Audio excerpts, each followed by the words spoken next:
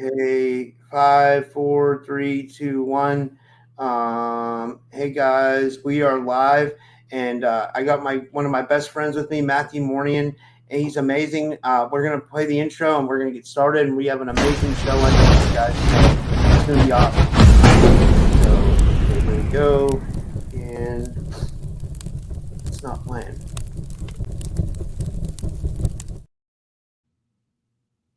Don't worry, it's working.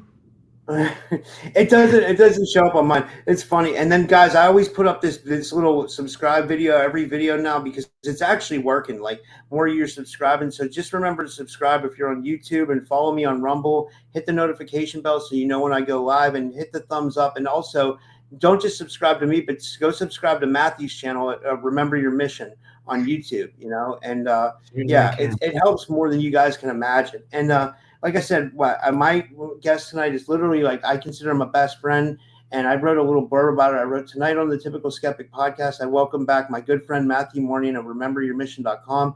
Matthew is a gifted multidimensional energy healer, intuitive tarot reader, and psychic surgeon who specializes in implant removal, entity clearing, and soul mission activation.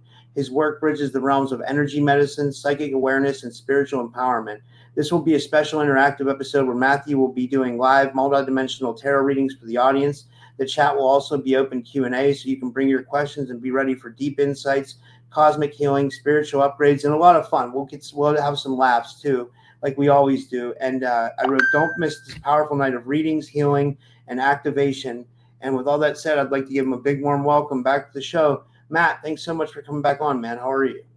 Really good, really good. Thank you for having me. It's been a chill day. Everything's going good for the moment, so I'm deeply grateful. And did you say psychic surgery? Did you say psychic surgery? Yeah, psychic surgeon. I'm like, yeah, nice, cool. I love it. Whenever anyone uses that term, it always adds such a interesting layer of like mystery and like.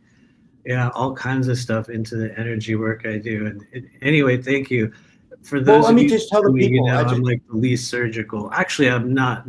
But like, I just want to tell people this. Like, Matthew can heal you from abroad. Like, I had a session with him. You remember? I don't know if you remember this. You offered me a session when I was having liver problems, and we were on Zoom, and Matthew was able to, from across the computer, like thousands of miles away, he was able to touch my liver, and like. He was like, I'm just gonna. I remember the session. He was like, I'm just gonna come in on your liver a little bit, and I was like, oh wow, and I could feel it. So like he really is a psychic surgeon to a certain degree. Like I know you don't like that, but like I feel like you're. Thank you for saying that. That is one of the standardized practices for everyone out there. That's like, what? It's something that everyone can do. And for the record, I'm wearing these sunglasses, you guys, because I can see the chat way easier. I'm not even in like an altar or anything, So I'm just telling everybody, because otherwise it's so blurry. And then if I put these on, I'm like, boom, there's everybody. But honestly, that's a skill that everyone can work with in this life. The ability to kind of, connect with another person's energy to create movement in certain organs or pathways or chakras or areas of the body. It's been well demonstrated if you go all the way back to Einstein's theory of, what was it? Spooky action at a distance. You know what I mean? Yeah. It's been like referenced throughout in many different areas of science and whatnot for a while. But no, that is very much a thing. For those of you guys out there, which I see a couple of people out there that we have worked with in the chat, it's very much like kind of squeezing a sponge, very much like that. When we're sort of working with like organs, it's like you're sort of squeezing out energy. And anyway, before I go on and on about a bunch of weird stuff, yeah, man, thank you for having me back. We are in. I just want to get this out of the way before we go forward, you guys, just because I rarely ever have like an agenda. And the truth is, I really don't have an agenda. But I was sitting there going, what's important for right now that people need to know? And it's a thing that I've been kind of talking about in my own way over the past few weeks. But here's the thing. For everybody that is out there, we are in one of the most wildly opportunistic windows for manifestation and creation in your life throughout this entire year.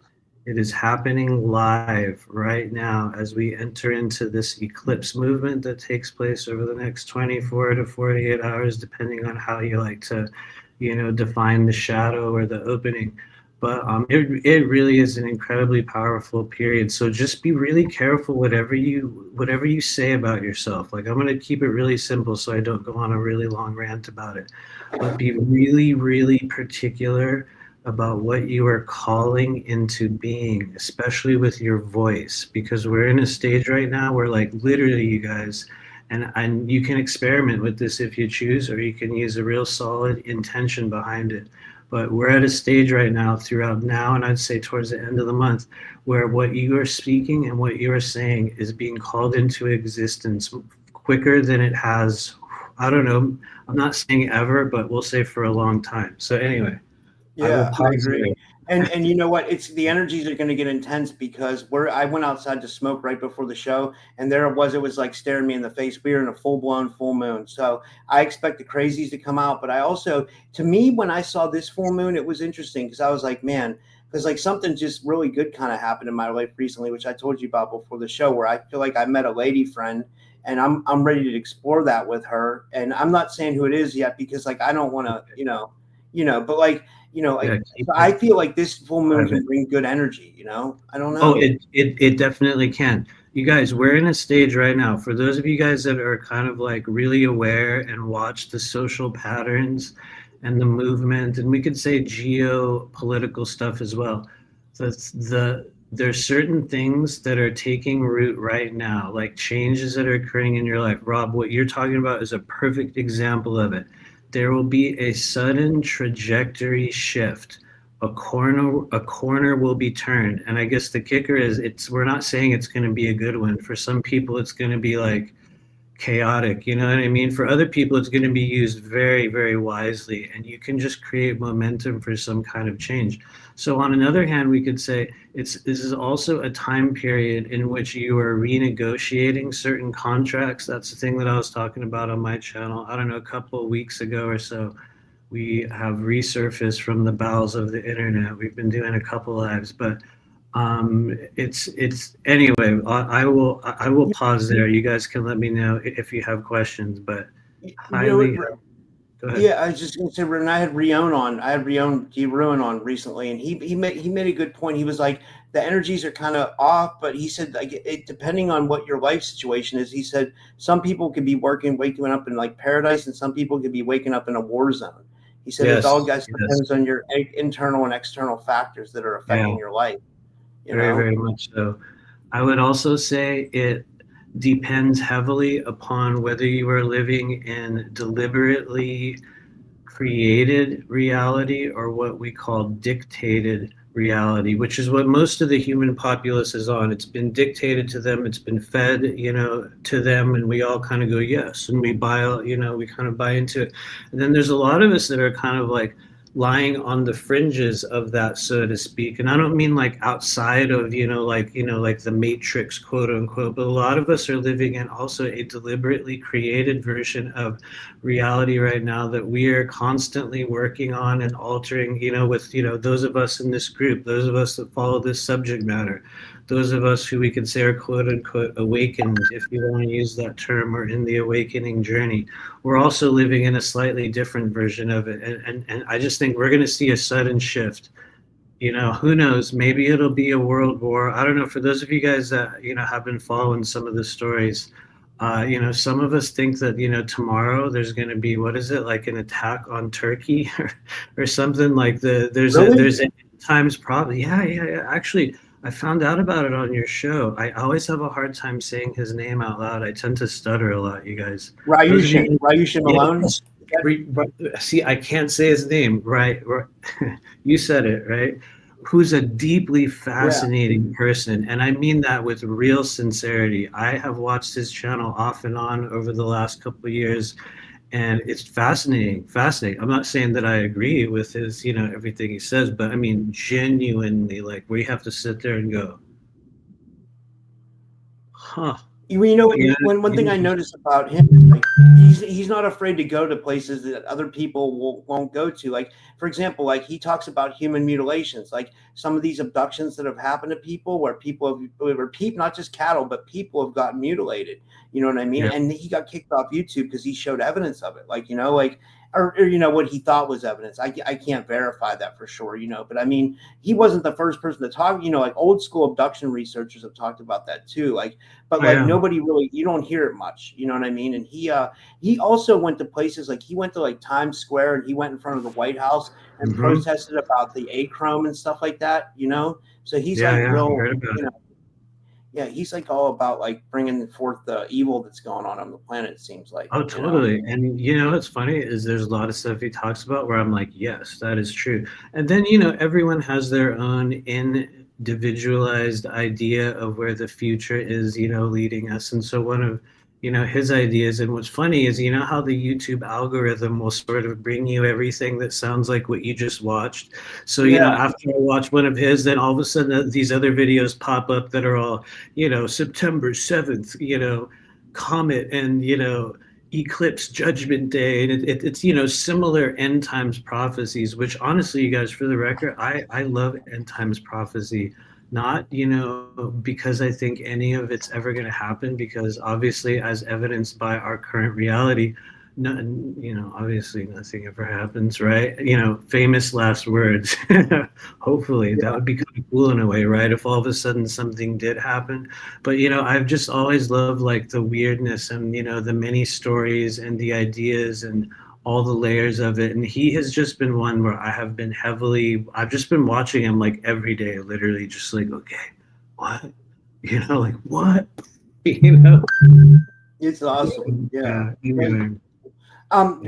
You put up, you were going to talk about the Mountain Dew conspiracy, which like there's these flavors of Mountain Dew that come out and supposedly they foretell, like there was one that was called, it was like Maui Blast or something. It was like, it was something like that, predicted the stuff that was going to happen in Lahaina, it's, and then did you want to play that video? Yeah, I do actually. I do. And so here is the reason why we are playing this, just because every now and then I get weirdly, overly fascinated by certain pop culture conspiracy theory weirdness. And when I heard of the Mountain Dew story, it's just one of those ones. It's like where I'll just be like, oh, really?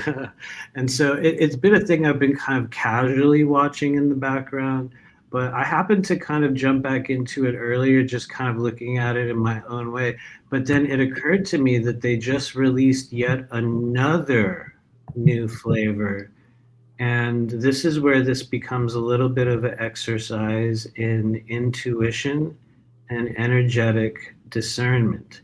And I highly stress the word discernment, because you know what, you guys, in a lot of cases, English, and in other cases there's these weird tie-ins like the reverse Mandela effects of the universe, like the Simpsons and all that other stuff. And so sometimes there's threads of reality that exist within all of it. However, and I want everybody in the chat, for those of you guys that have access to the chat, first of all, what's up everybody? I've just been ranting, but for those of you guys that are in the chat, this is my question, okay? The newest Mountain Dew flavor is called, are you ready? Baja Midnight. Pretty sure it's Baja Midnight, okay? Okay, and somebody out there can look it up. One of you guys that's quick will look it up. But I'm pretty sure as of like, it was like mid-August, they released Baja Midnight. And so my question to everyone that is here watching is, what do you perceive that could entail? What kind of energies, what sort of conspiratorial cataclysmic events with something called Baja Midnight? So I want you to store that in the back of your mind, and I am going to share the screen. Hopefully it'll work properly. You never know. I think I got to add it. Once it pops, it should pop up on the bottom of my screen. I'm trying to find the right one. Let me get the best one. Okay, I think, this guy might be the original guy that kind of brought it around. If you want to put that up, hopefully we can get the audio going. I pray the audio. Did you share audio too? Or it should, It's probably my audio. Let me check it. Here we go, guys. Let us know. New flavors, or they re-release them.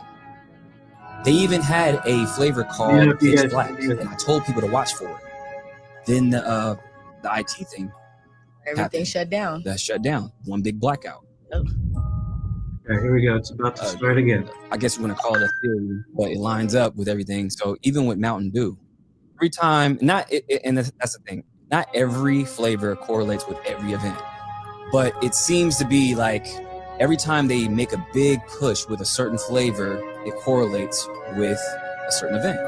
So they had a flavor back in 2001 called Code Red. 3 months later, 9/11 happens. That's a Code Red. Maui Burst. That's a flavor. 3 months later, guess what's happened? Fires in Maui. Fires in Maui. Francis Scott Key Bridge. Okay. Why did they have a flavor that released last year called Star Spangled Splash? Now, who wrote the Star Spangled Banner? Francis Scott Key. So every time something happens, these flavors that they push out, and sometimes they're new flavors or they re-release them. They even had a flavor called Pitch Black, and I told people to watch for it. Then the IT thing, everything shut down. That shut down. One big blackout. So there we go. Okay, so there is one example of it. Let me go back. There's one other video, one other one that we're going to look at. A lot of this is the same data, but this guy kind of, if it's the right video that I have queued up, by the way, this guy kind of follows it through a little bit farther, because after that, after those flavors, what? I was going to say, that brother that he was telling it to, he looked shocked. He looked. Like I know, right? Like you can see it. He's just like, "Damn," you know what I mean? Because I mean, there is some interesting and compelling energy there. But here comes another video, you guys. It's, you know, like I said, a lot of the same data. But there was another flavor that released in May of this year, and it was called like Mango Rush. Okay, and I don't know if it's covered in the next video, so I'll just say what it was.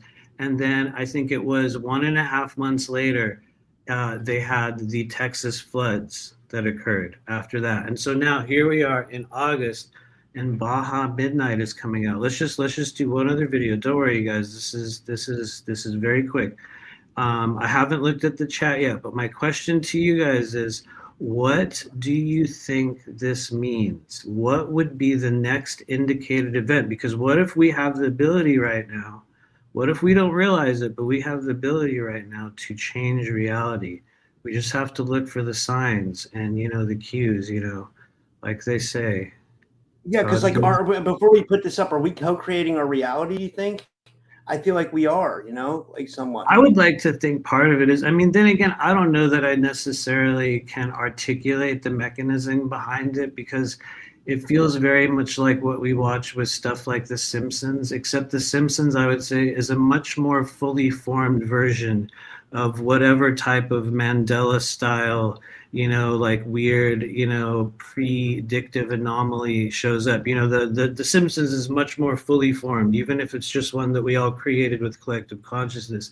I think this is just more of like a niche kind of like, I'm not sure what the word is. It's not pareidolia. I think pareidolia is where you see a face in something, right? Is that what it is? Yeah. You know, where you see it, like you see an image, you're like, that's a face. It's got to be a demon. There's another one where you tie together events that aren't really related. I don't know if that's apophenia. Somebody out there will know. There's going to be somebody. They were saying Renetta had pareidolia because she was seeing those faces and those rocks, but I feel like she was onto something there, you know, like, you know, it's hard to say if she was or wasn't, but it was really, you can have it and also see real things. I think part of seeing real things means that you're going to have a little bit of pareidolia, so there ain't nothing wrong with it, you know. Yeah, but I agree. That'll happen. I'll add this video at some point. Okay, here we go. Wait, let me pull this one. Okay, here we go, guys.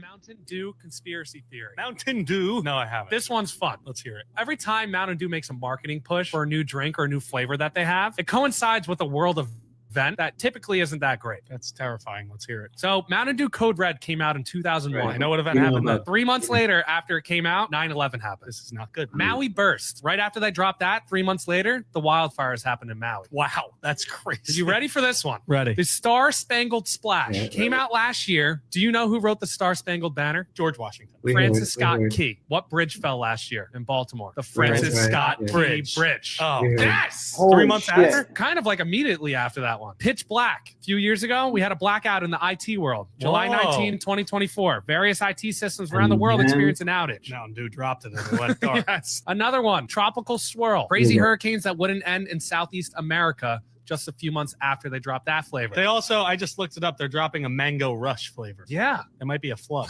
It literally might be. And you can only get it at Little Caesars. Here is what's wild. That's hilarious. Hold on. Here is the crazy thing.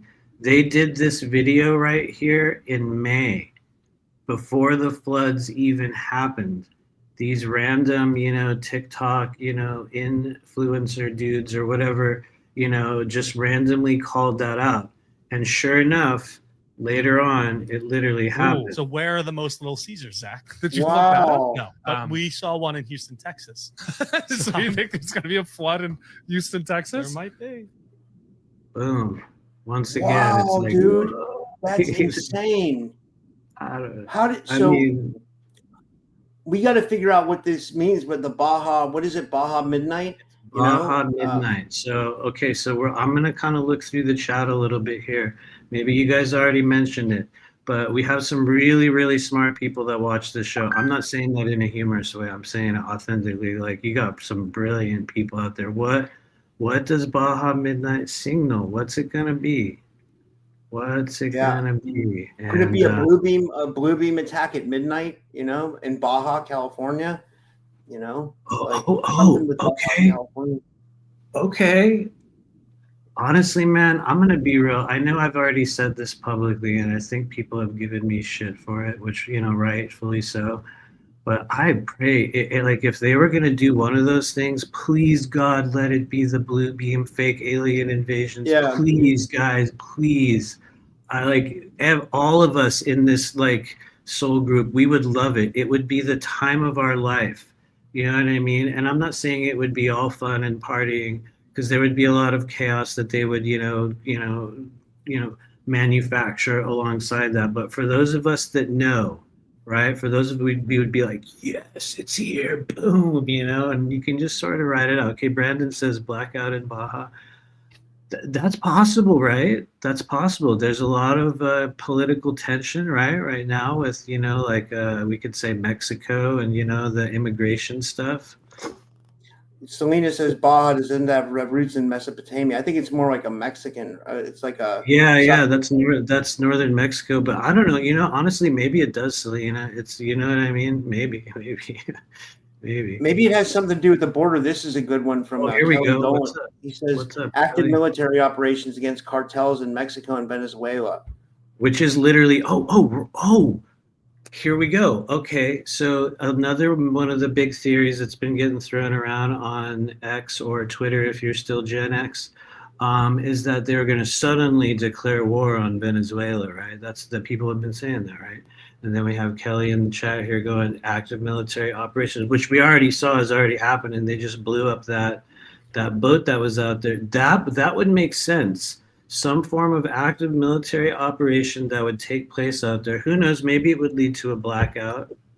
Dr. Strange June says, "Grandma, relax. It's just blue beam." That's hilarious, dude. You know what, though? For real, think about it. Think about it, you guys. Some of you are going to be standing in Starbucks the morning that happens, and there's going to be families in there losing their shit and crying and shaking. Oh, they're all about to kill us. And you might be the only one that can be like, look, hold on. We have been making ready for this moment for, years. And let me tell you, here's how it really is. And you can sort of be that person that's like, talks sense into them.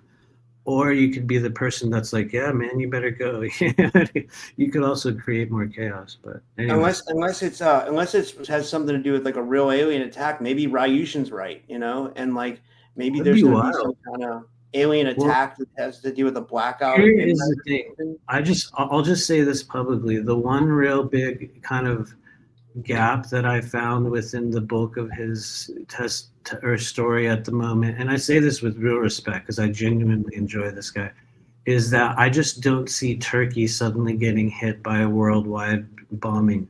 I don't see that in the outlook. Well, they're part of NATO, right? Aren't they part of NATO? I think so, right? I think they made war deals with Iran to get weapons or something. That's what's weird about it. I don't know. Like, it's a strange. It's weird. I've always had a really good feeling about Turkey, and I don't know why. I don't know that I have Turkish in me. You know what I mean? I don't know why. For some reason, Turkey's always felt, to me, they've never felt like a worldwide villain. I think they're just playing the game. But regardless, along with that, and there's going to be some people out there that are like, "What, Matthew? How can you say that? Don't you know about blah, blah?" Yeah, I don't. I'm sorry. Oh, I know. You know what? I can tell you, they were like a villain back in the day when they had the Ottoman Empire. They persecuted a lot of Greeks and a lot of Armenians and a lot of like people in that Middle Eastern area. They had a huge army. They were like the British Empire or like the Alexander the Great Empire. They were another like big force, the Ottoman Empire, and which is interesting is Constantinople, which was the capital of Turkey. Constantine from Rome, that's where he went when he transformed, into Christianity. Like that's what the whole thing was. When Rome fell, they moved to Constantinople, which was Turkey. I think something like that. Yeah, something along those lines. My world history is very, very bad. But yeah, no, I certainly agree. Anyway, honestly though, and maybe I shouldn't say this. Somebody will judge me. Somebody in the chat, you have a right to judge what I'm about to say. Even if it was a crazy attack on Turkey, I don't know. I'll just say it. I'd be interested. I'm interested in seeing where that plays out. Is that a fatalistic kind of outlook? Is that like a chaos timeline outlook? Maybe some of us would say, no, you must only hope for a pure love and light, right? Some of us would say that, but I don't know. Mel says Turkey has crazy, amazing artifacts. I think Göbekli Tepe's in Turkey. That historical site or whatever. Yes, it is. Honestly, I really love Turkey. I have a thing for Turkey. A lot of the weird like Arab like cultures, I've always enjoyed them, especially the Slavic cultures. Oh my God, Eastern, anything Eastern like European, all the weirdness of those cultures has fascinated me. But the Basque always fascinated me too. They're like a RH negative population. The Basque, right? Yeah, totally. Very, very mysterious. But yeah. Anyway, so did we happen to find anything in the chat in terms of what people think is going to happen here? I know that was a little while ago that I asked. I'm just curious. I'm gonna kind of scroll through. I'm sorry. Go ahead. Yeah, nothing else that came up. I'm seeing here if anybody says anything.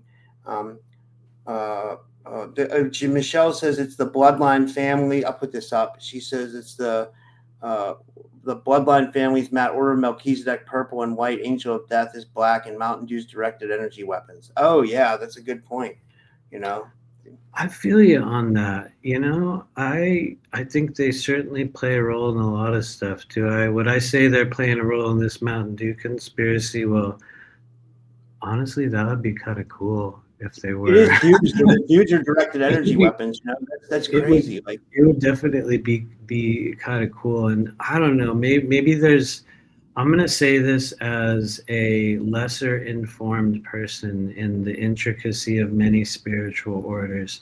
I always took the Melchizedek order as being a positive movement, and it was shown to me that there was a lot of that within past lives and other realms and other versions of me. And so I hope, hopefully I have the good version of that. But yeah, I wonder, yeah. And the white angel of death. And anyway, who knows? It could very well be true. It's fascinating, Oh, did you hear about this out there? Before we get into the readings, I'll tell you this. So my friend who's like real hardcore MAGA, he sent me a post. He said that Trump blew up a boat a speedboat that was heading to America with a full thing of fentanyl. And Trump I have the video on my phone. I can show you guys. Wait, let me see if I can. You can totally watch it. Yeah, it's actually. I'm just gonna be real. You guys will see me laugh about it. I acknowledge that it's brutal, and I acknowledge it's a very violent thing. And I'm not saying that because I glorify it. I've just noticed I'm one of those people where it's like I'll just laugh about it, in an uncomfortable way. So I don't know if they can see that. Yeah. You can definitely see it. It looks very Call of Duty circa 2023. That's hilarious, you know what I mean? dude.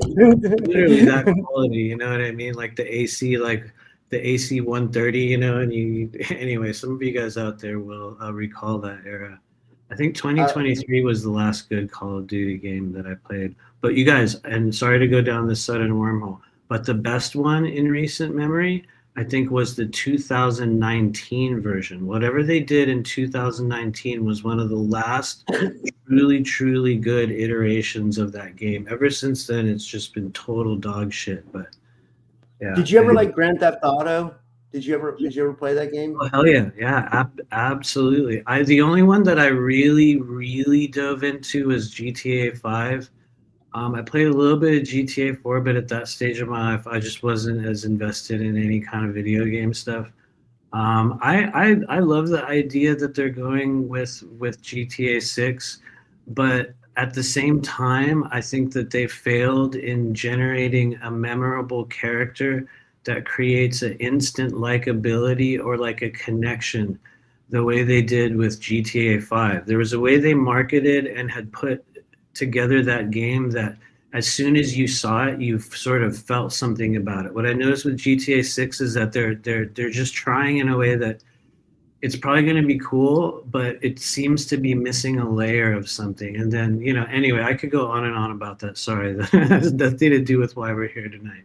But yeah, dude. No, it's I love it, man. It's interesting. It's all interesting to me. Should we start the readings, or what do you think? Yeah.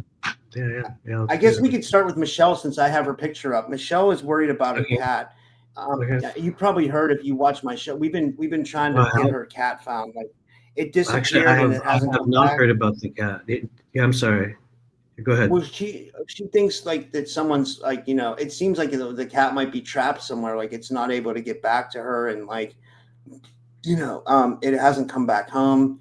And she's trying to, will it back, or, she's had people remote view it, and, like they're saying they think it's like trapped somewhere, or like, it's really sad, Okay, so what? Yeah, man, I'm really sorry. What would be the question about it? Just so I know what to look for within the energy of it. What's the question? Oh, if you heard that, Michelle, let us know what you want to know, like about the if you want to know from home. Honestly, or like I can already speak to it right now. Okay, so this is always fun because we do a moment of radio silence. Everyone out there, you'll hear my voice say this approximately 10 seconds after I say it in real life, but just take a deep, slow breath in. Hold it for a split second and then just release it, drain it out of your body. There's a lot. Okay, I'm going to speak very, very openly, and I say this with love and respect. There's a lot of energy that has been cast upon the whereabouts or the searching or just the understanding of this cat, and rightfully so, because I can feel the heart bond that you've had with it. I would say at this stage, the only thing I can really tell you is that it feels as though there's what I would call a heartbeat or a living spirit still present. And so to me, I would take that, and I pray to God that this is true, but it feels as though this animal still lives. Now, I would say the whereabouts of it, though, whoa, nice. That does not come through. It really, there's really nothing that seems to be being shown. I don't feel what I would call pain. And that might just be me, because I'm a lot better at interfacing with like a person's body or like a thing than I am, say, like like a location, we could say, or something along those lines. If there's an organic matter, I can sort of find it. And I know that sounds really cheesy and cringe to some people, but I'm just being honest. You can tell if it's cold or warm. You can tell if it's fast or slow. You can see if it's in pain. And I don't necessarily feel that there's pain. I feel that there may have been some confusion. I heard you say that somebody thought they were locked up for the moment. I honestly, it seems like that could be possible. But I would say on a larger level, and this is a thing that maybe some people don't like to hear, this event in your life seems as though is brought about to teach you a lesson in terms of how to love, the way you love, the way that you've sort of healed your heart, the ways in which you've learned to connect very, very deeply on a much different level, than you have in like years past. And I think that, regardless of whether this animal shows up again, or even if maybe, spirit says it's time for them to go in some form or another, it feels like there's going to be a resolution. And I guess what I'm saying is there's some sort of a lesson in like letting go and healing that's being offered to you in the course of this. And I don't know, I could sort of rant on and on about it. And I realize it doesn't answer your question. You know what I mean? It doesn't answer your question. And then it's also hard because I guarantee you, if you ask this question on, say, the very next show tomorrow, depending on the person who reads it and their own distortions and their own, desires to, find or seek or to be known, or even their own ego, they're going to tell you a very, very different thing. And so it's like, I try to keep it as simple and real as possible, in that I feel that there is life. And I feel that one of the best things you could do is just let go and understand that spirit has a way of making sure everything works out exactly the way it's going to. It's almost like you have to kind of let go of a grip in some way and kind of be like, okay, I understand nothing in this world happens by mistake. That's horrible, and allow yourself to grieve over it. But that alone could like loosen up some of the energy that if he's meant to come back, it's sort of like releasing your grip upon the intensity of the moment and allowing things to flow through. So that's anyway, a good point. Yeah. Sometimes if you let it go of a situation, it tends to like correct itself or come back. Like the more energy you put into it, sometimes it like, I know what you mean, right? Like it's like, yeah. Man, that's sad. Which is always easier said than done, right? You know what I mean? It's really easy for you on the internet to see, you know what I mean? I get it. It's so easy for me to be like, oh yeah, just let go. When it's like, dude, this is my little buddy who's like a piece of me. You know what I mean? I totally feel you, but hang in there. And yeah, anyway, go ahead. What else? Dude, I had to bring this up. I know we're doing the readings, but I had to go back to this because this is a good one too. Did you ever hear about this conspiracy about Garth Brooks being a killer? I think it came out from the podcast Your Mom's House. It's called, with Christina P. and Tom Segura. And their podcast is called Your Mom's House. And they have this thing where they think Garth Brooks is like this murderer or something. Like, Right. I don't know the story behind it, but I've seen it referenced on like X, where someone will, someone just mentioned it as a comment. Honestly, I wouldn't be surprised because he's definitely one of the MK Ultra kids. It's funny because I was making a joke. I don't know if it was on your show or I was doing a live, and I was like making a joke about altars, and I was like, wearing these, sunglasses, which I'm wearing right now. And I was like making a joke about the time when Garth Brooks suddenly put out an album where he became like this dark version, you know what I mean? And the kicker is I don't know one Garth Brooks song in this world. I can't stand the music, but I just like remember like the altar shift. And so here we are a couple weeks later. This is, and now someone's mentioning that Garth Brooks is a serial killer. I would not be surprised. He's probably one of the MK Ultra, Manchurian candidate serial killers. Then, I think Tucker Carlson will probably be one as well, but anyway. Yeah, I didn't think about it. You think Tucker could be a killer for real? Probably not a killer, but I think he is true CIA. And I say that with full respect for the CIA and everything they've done, both right and wrong, and their entire history, folklore, and everything around it. To me, he's like, I just feel him, and I'm like, And You're they're, not an employee, but you're deeply affiliated, my friend. yeah, because they want to push a certain narrative, right? They want to, yeah. And so he would be a month. One other question. Sorry, go ahead. Like, what's the word? He feels like he's still autonomous, meaning, making his own call. But anyway, I'm sorry. Go ahead. You were going to say? Before we get to the next reading, Jordan wanted to know if you've had any ET experiences lately. Have you had anything weird happen or anything like that? I can tell you that the most common occurring event for me at this stage will be a orb of light or a spark or an opening that I will often notice when I'm doing sessions with people. When I talk about the activity that pertains to me or kind of like within my own journey, it's not necessarily a thing where at this stage I'm traveling out of body and having these vast experiences in the inner earth. I think we go through stages where such things will occur. And then I think at another stage, at least where I've been, it's almost like a running conversation that seems to occur in a number of different forms. And just one of those is like these sort of what I would call opening sparks, maybe light beings that occur. And then another one is a very, very weird one, which I'm being prompted to talk about. It was just one of the early stage signs for me when there was something that was really working with me in sessions, or there was a force of energy that I could just tell that I knew came from outside of me, something that was brought into the moment. And I was just like a conduit of it. And it's weird because the way that I learned it was real was through Carlos Castaneda. I love Carlos Castaneda. And in like one of his books, he talks about how there was this moment where he popped out of his body.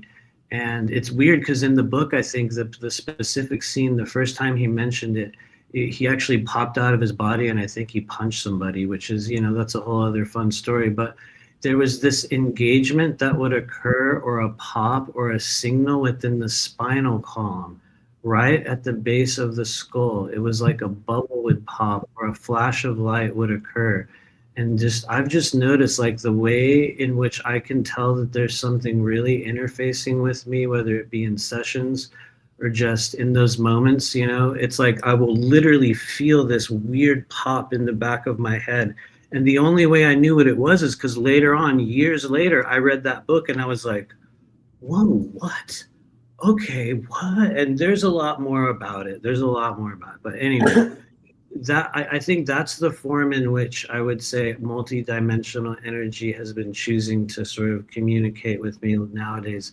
It's more through like an internal perspective or through honestly like a conversation that we have when we're in sessions. But anyway. Do you think it's because you're like truly connecting to spirit? Like you're really like dialed in and connecting with spirit, and like spirits coming like, or showing or something like that, or what do you think? Do you think that's like more like just an intelligence or something, or like? Oh, man, that's a really good question, and it's like I will tell you like the real, honest to God, true-hearted idea of what I have or what I believe it is, and I do believe it is an opening to what we would call spirit, to some form of non-physical energy. And I think it's not always to the same one. It could be to a host of different sources. But really what I consider it to be is more of just like a door opening. It's like ultimately the only part that I actually play in that moment is just the opening of the door, which is weird because they talk about that in like the law of one, where they're like, like the healer doesn't actually heal anyone. Like, you're not actually healing anyone. You're facilitating an opportunity for something to happen.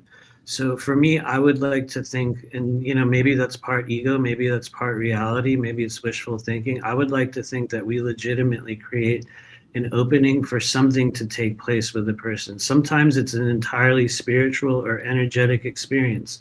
Sometimes it's an emotional, like release. A lot of times nowadays, it's just moments in which people need to really talk about what's been going on in their world. And for the first time ever, they're able to say certain things that they were never able to kind of do before. And so, whether that's a spiritual thing or just a therapeutic thing, I don't know. I love that, though. It's interesting. It's really interesting. It's like, yeah. But the next reading is from Anchor Haven. And she was here. She was saying whose phone was vibrating. That was my phone. Sorry about that, Anchor. I put on Do Not Disturb. But that was from the beginning of the show. I just put up I think she might even be sleeping right now because she's over on the other side of the pond. What? Yeah, she's in London. So Lord, it's in the wee hours of the morning over there. Oh wait, no, Yeah, I see her she'll in the chat. What? It's the wee hours of the morning. Oh, she's here still. Okay, cool. I'm glad you're still here, Julia. You know, do you have a question, Julia? That like I know she said general. Yeah. We can just see what shows up. We shall just see what springs forward. And thanks for everyone that's out there. I really do hope that you guys will subscribe if you haven't subscribed to Rob's channel. I just know how hard it is how crazy it's probably been trying to build that back up, and like, I feel you. Yeah, it's been nuts, man. You know, but like I'm really excited about this new thing that I have going with Coley. She's a great podcast partner, and like I've seen a few of your shows. It seems like it's working. I'd say go with it. She gives me like motivation to like do, because after I got demonetized, like I like totally was like shut down, and then she kind of came along and like she was like, let's do a podcast, and we'll, and I was like, yeah, it gives me new motivation, like it's Perfect. like, Perfect. Okay, here we go. Okay, this is for Anchor Haven Mystical Wellness, just like we did with everyone else, you guys. And honestly, this is a tried and true method of clearing the air so you can fully connect with another person's energy. Why do we do this weird breath?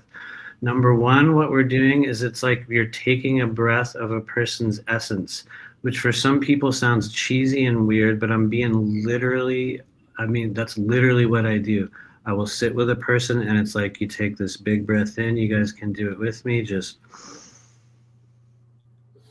fill up your body with breath and energy. Hold it for just a quick moment, and then drain it very deliberately. Drain it out, like press it all the way out. And one of the reasons why I say that, it's just so we don't kind of take upon us any energies that we don't need. Not to say that's always such a big hazard, but I'll be real, it does happen. Some people have weird ideas about how it happens, but trust me, it does. And so, you'll sort of breathe in, you'll breathe out, and we just ask all those of you connected to Anchor Haven Mind Body Spirit Complex, known as Julia. It's Julia, right? Yeah. Okay. Anything that needs to be seen or heard, here we go. We will see it together. In 3, 2, 1. Boom. What? Oh, Lord. Okay. Congratulations, Julia Anchor Haven. You've received, honestly, kind of a heavy hitter. I mean, it really depends upon your own internalized school of tarot. I can tell you this much. In the world of multidimensional tarot, Miss Anchor Haven, you have received a timeline shift opportunity in the form of the Ace of Cups. And so when this shows up in your life, you really have a chance right now. It's funny because earlier I was saying you can really make changes. We have an eclipse window opening. What you're saying, what you're speaking into existence is going to happen in your physical life. And then you get this big sign that says, hey, you have an opportunity right now to really create a momentous shift, a timeline shift, to change everything about certain areas of your life. And you'll be like, okay, cool, which ones? And it depends on which ace you get. So when you get the Ace of Cups, it's going to be about your emotions, about your relationships, about your self-identity, about what you share with the world, about what you give freely of yourself to others. It's so many things. It's the element of water in whatever form it presents in your world. And so when you have the Ace of Cups, you got to be very mindful of your cycles as it pertains to relationships, self-identity, what you share with the world, all those things that I just mentioned, because if you notice your cycles and if you take them into account and if you're willing to dramatically shatter them, and a lot of you guys some of you guys maybe that are hanging out in here know exactly what I'm going to say. I always say this cheesy thing, okay? Seriously though, I literally always say this.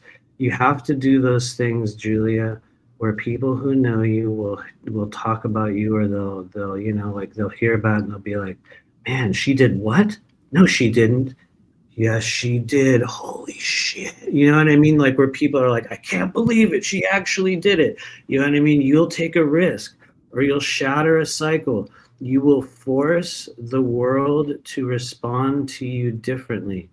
And the kicker is you could do it in a chaotic way and you could damage yourself. I'm just being real. You could do it in a chaotic way, or you could do it in the perfect, most appropriately timed way to do it, which is literally right now. And even outside of this card, it's literally right now. So when you have this, it's very, very important to take a moment, really look at yourself in the mirror. I know this sounds cheesy to some people, but this is real. Really though, look at yourself in the mirror and decide upon who you're going to be becoming for the next stage of your journey. Like really, look at yourself and be like, who am I right now at this stage of my life? What are my relationships like? What am I giving to the world? How do I define myself?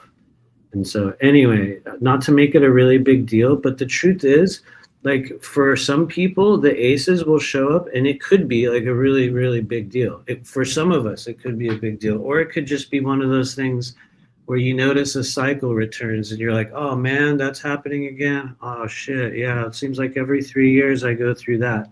You'll also notice that with the aces as well. But anyway, I'll stop there. That was amazing. Yeah. Take a risk. I hope that resonates with you, Anchor Haven. And thank you for donating. That was nice of you. And yeah, if you guys want to donate, I put the links in the description, and I mean, I put it in the chat too. The next one is Coley. And I don't know if she has a question. Coley, if you have a question, go ahead. We can pull a card for you. I have a question for the chat. What tastes like peanut butter? Spider bites like Jason. Does it taste like peanut butter? I know that's such a non sequitur, you guys. Sorry. That's a total. I know that's like out of nowhere. I'm like, and let me just say a totally random, meaningless thing. But I'm just curious. What was it? Jason says sweet nutty ammonia with fruity undertones. Smells rubbery. Very unique. I wonder what. Are they talking about a strain he has or something? Okay, I'm like, wait, really? You know what I mean? Like, that sounds, sounds pretty good. Anyway, okay, for Coley, SNX Radio, greetings. Thank you for turning up. We shall pull a card for you. Once again, you guys remember the eclipse is here. Everything that you say right now, be very, very careful what you say about yourself. And I'm not saying this in this positive, emotionally motivational kind of like way, not like some after school counselor type bullshit. I'm saying it for real. Like, be careful what you say about yourself right now. Like, for real. Until now, I would say between now and the end of the month. And honestly, I guess we could say all the time if you want to get technical. But this is just a time where like what you are speaking into existence right now, especially what you do in the company of others, where other ears will hear it and the world will, people will kind of, acknowledge it in their own way. Careful. Use it wisely. I like that. Flixlove says, I am always lucky. You know what? This will sound even cheesier for some people. That's a really good time for affirmations. Like, which I know sounds even more basic, right? It's like, law of attraction 101, affirmation. But there's times in our life where it's like, hey man, if you use that right now, you're gonna get something. I've honestly been. Yeah. I use Rockstar affirmations all the time, which is on YouTube, where they play like one affirmation in one ear, one in the other ear, and then somehow you hear something in the center of your head too. But like you hear like 3 different voices pumping in affirmations. I'll do it like while I'm on a walk. The money ones have worked before. Like when I really needed money and I listen to the money affirmations and Rockstar affirmations, it worked. I don't know why. I don't know how. I don't know what it does, but it does something like where it like. Maybe it was just coincidence, but it happened a lot of times. We're reprogramming reality in one form or another, whether it be through your, belief system, whether it be through your mindset, whether it be through what we create alongside other people. It's also a time in which people are going to reaffirm certain commitments. For me, I'll just give one brief example before we pull a card for her. Sorry, she's probably like, what? Come on, bro. But for me, that came in the form of like a really deliberate moment in which I have to say like, this is who I am and what I'm doing at this stage of the journey. And I choose to continue. Like, this is what I want to do with the next stage of my life. And I think, this is a good time to reaffirm commitments And I think you can, negotiate and add along with that and say, I want to continue doing this. And this is maybe my own intention. I want to continue doing this from a much more profitable, a much more abundant perspective in a much bigger way. And that could mean a lot of things to a lot of people, right? But just the overall expansion of the thing that you're doing, this is a really good time to call that in. And the thing is, like, I know, like, there's this weird thing in the, the spiritual star seeds.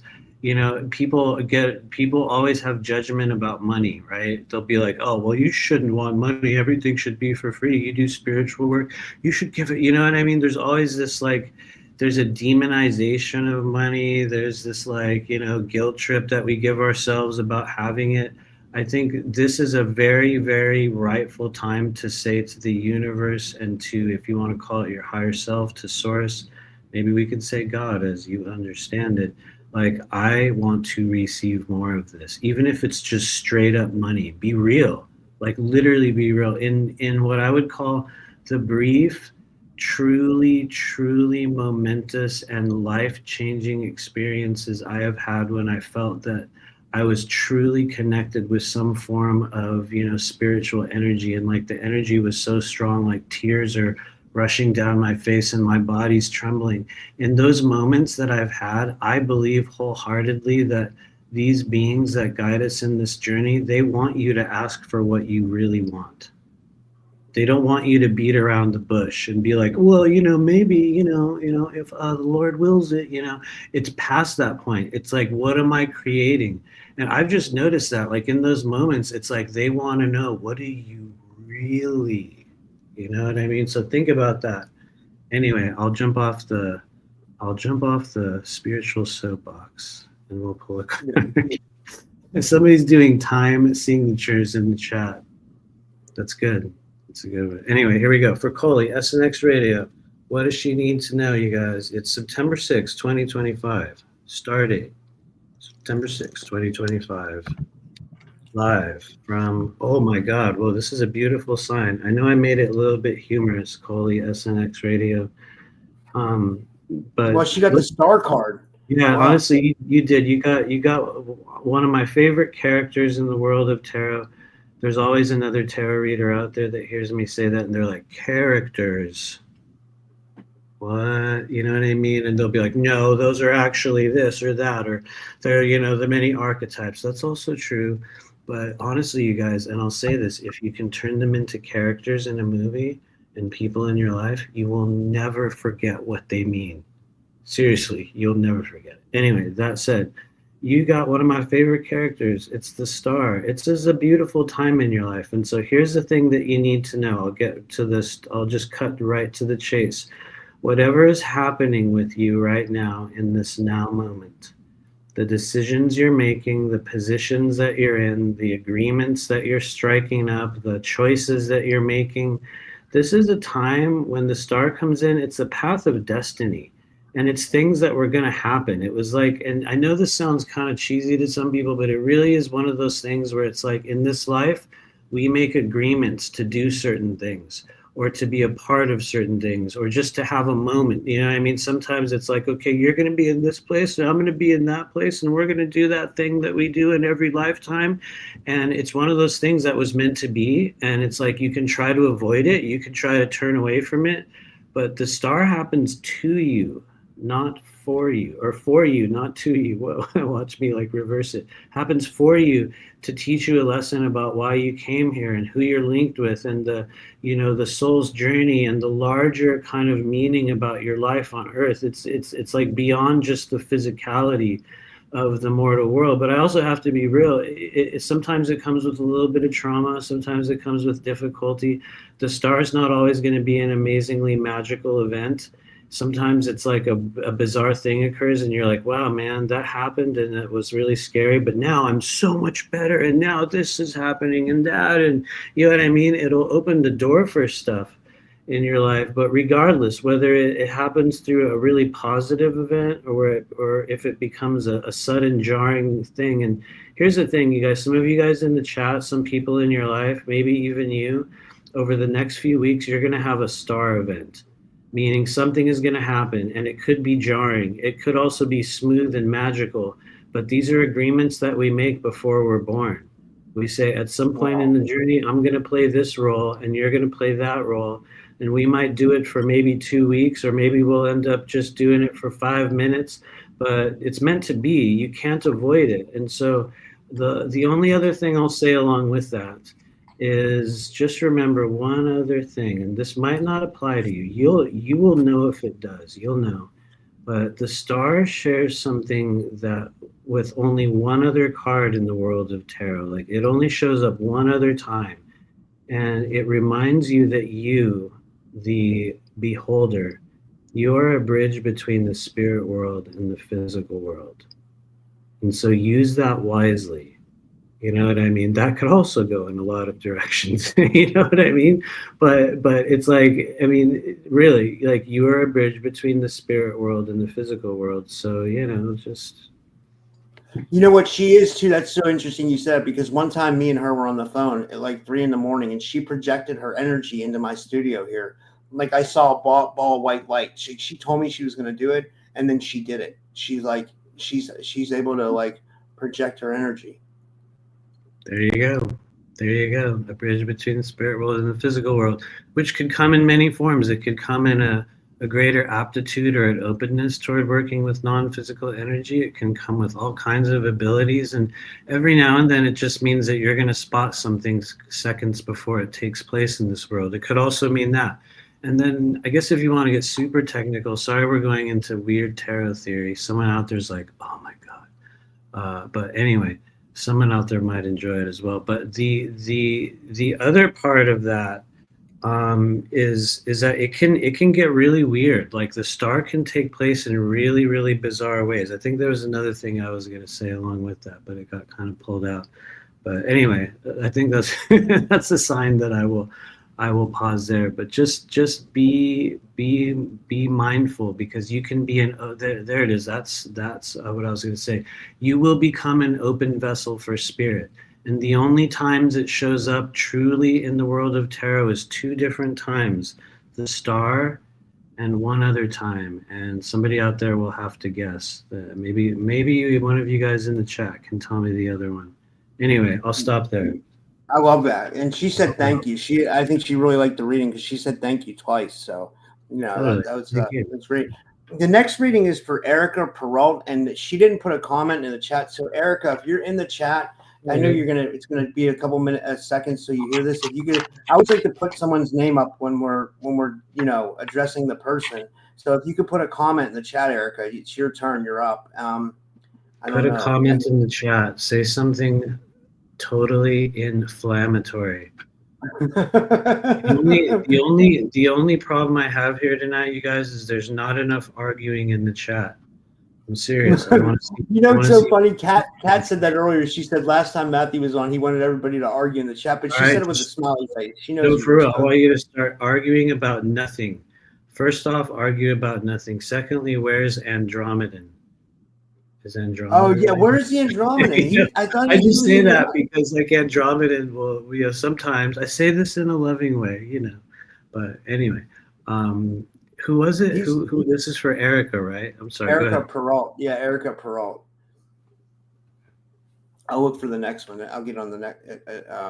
And just tell people. So who's next? Rodica, you're next. So if you can put a comment in the chat too, if you're watching, put it in there because I can't find your name either, Rodica. So you're next. So and then Jason, and then Spiritual Ascension.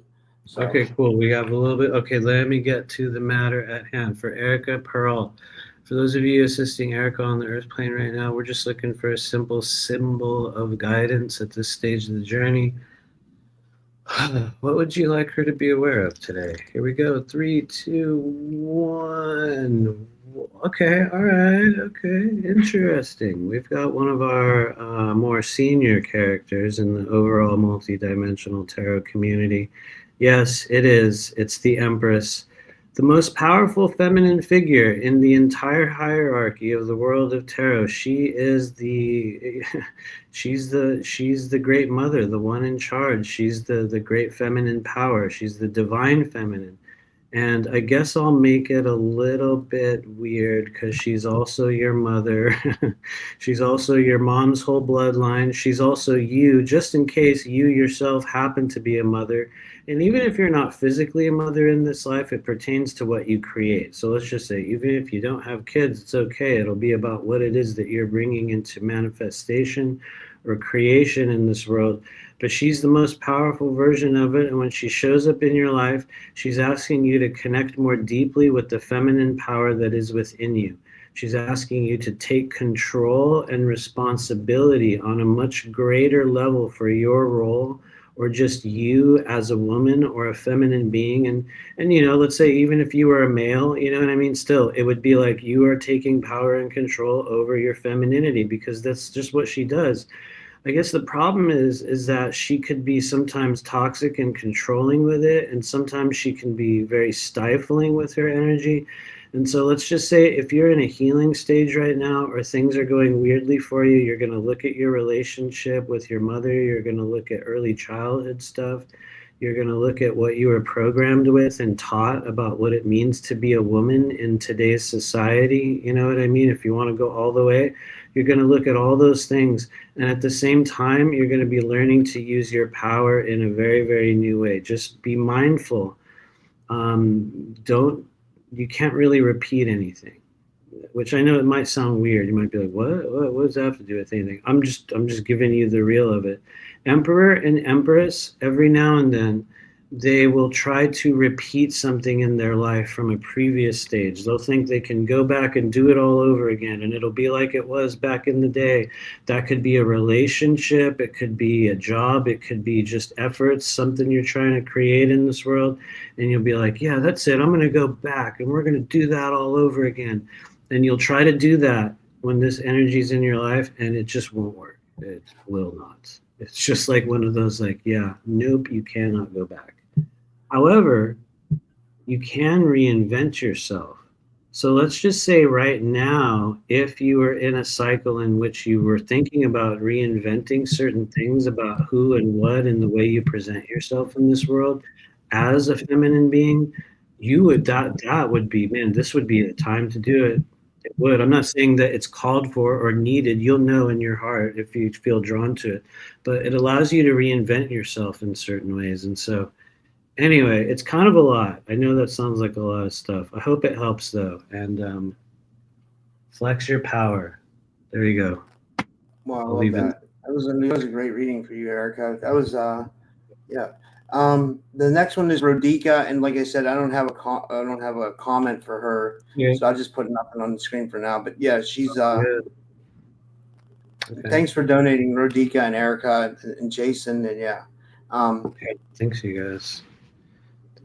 Okay, so this is for Rodica. All right. Let me do a little bit of shuffling here. You guys will hear some awkward radio silence, which I don't know. I try to never have like a lot of like radio silence when I'm doing lives. You know, maybe I'm too old school.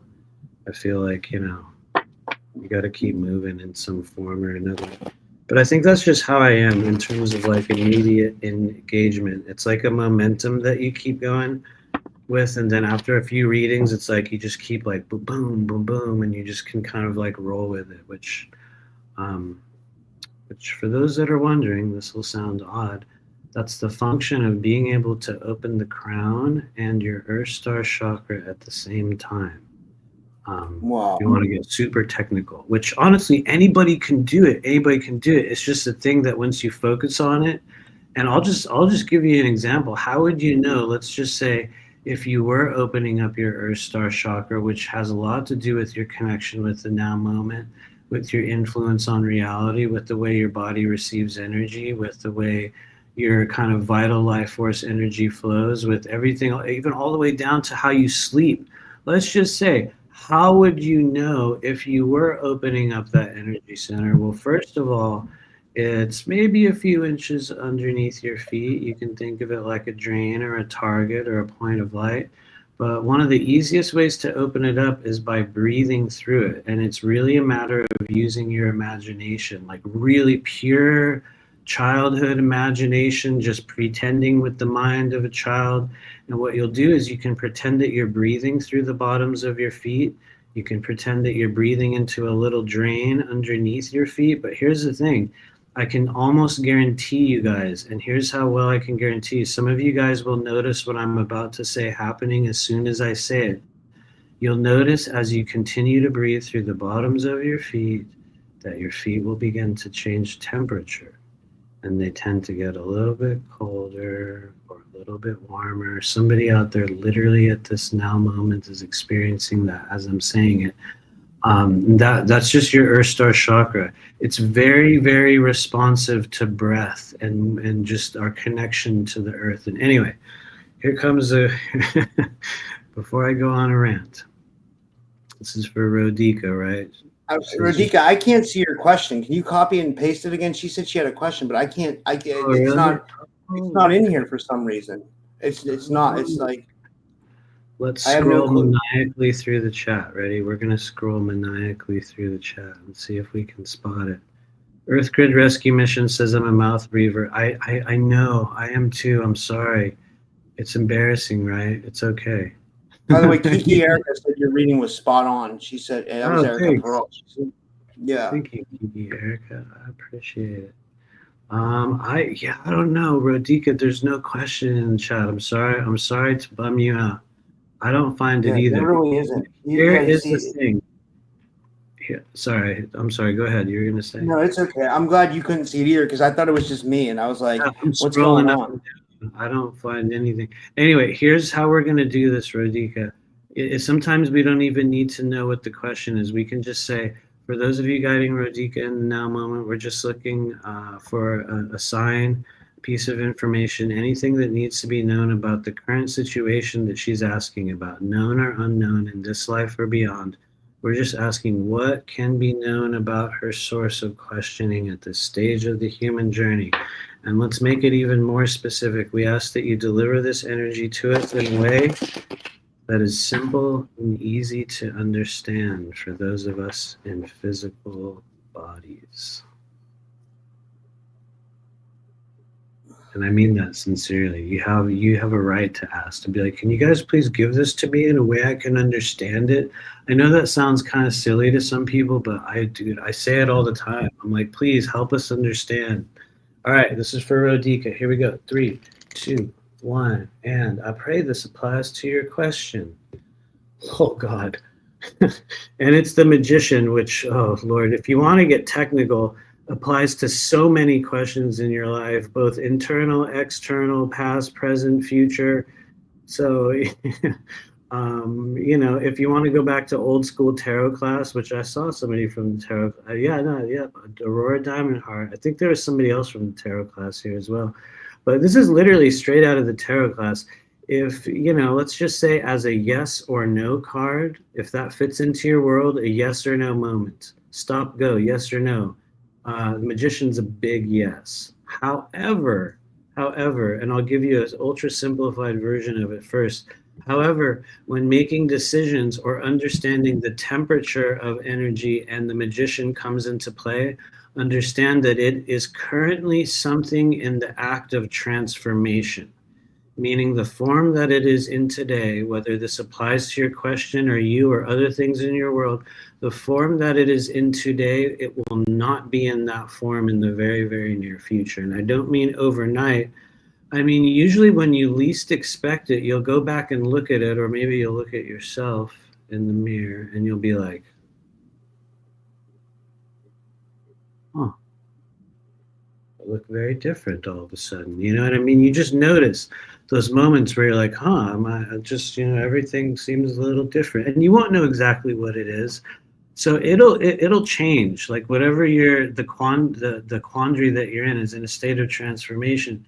We could even say that you yourself, if you want to make it about you, are being offered an opportunity to transform your perceptions about light and dark, good and evil, the way you connect with spirit, the way you connect with the physical world, because the magician will come into your life and on, we could say like a more existential, like a larger level, he'll take everything that you are right now, and just like he would with other things, he'll turn it into something else. And I guess for some people that can get a little dark. For some people it could get really dark. For others it could be the total opposite. It doesn't guarantee one or the other, but it will open up your shadow elements. That is one thing magician energy will do in your life.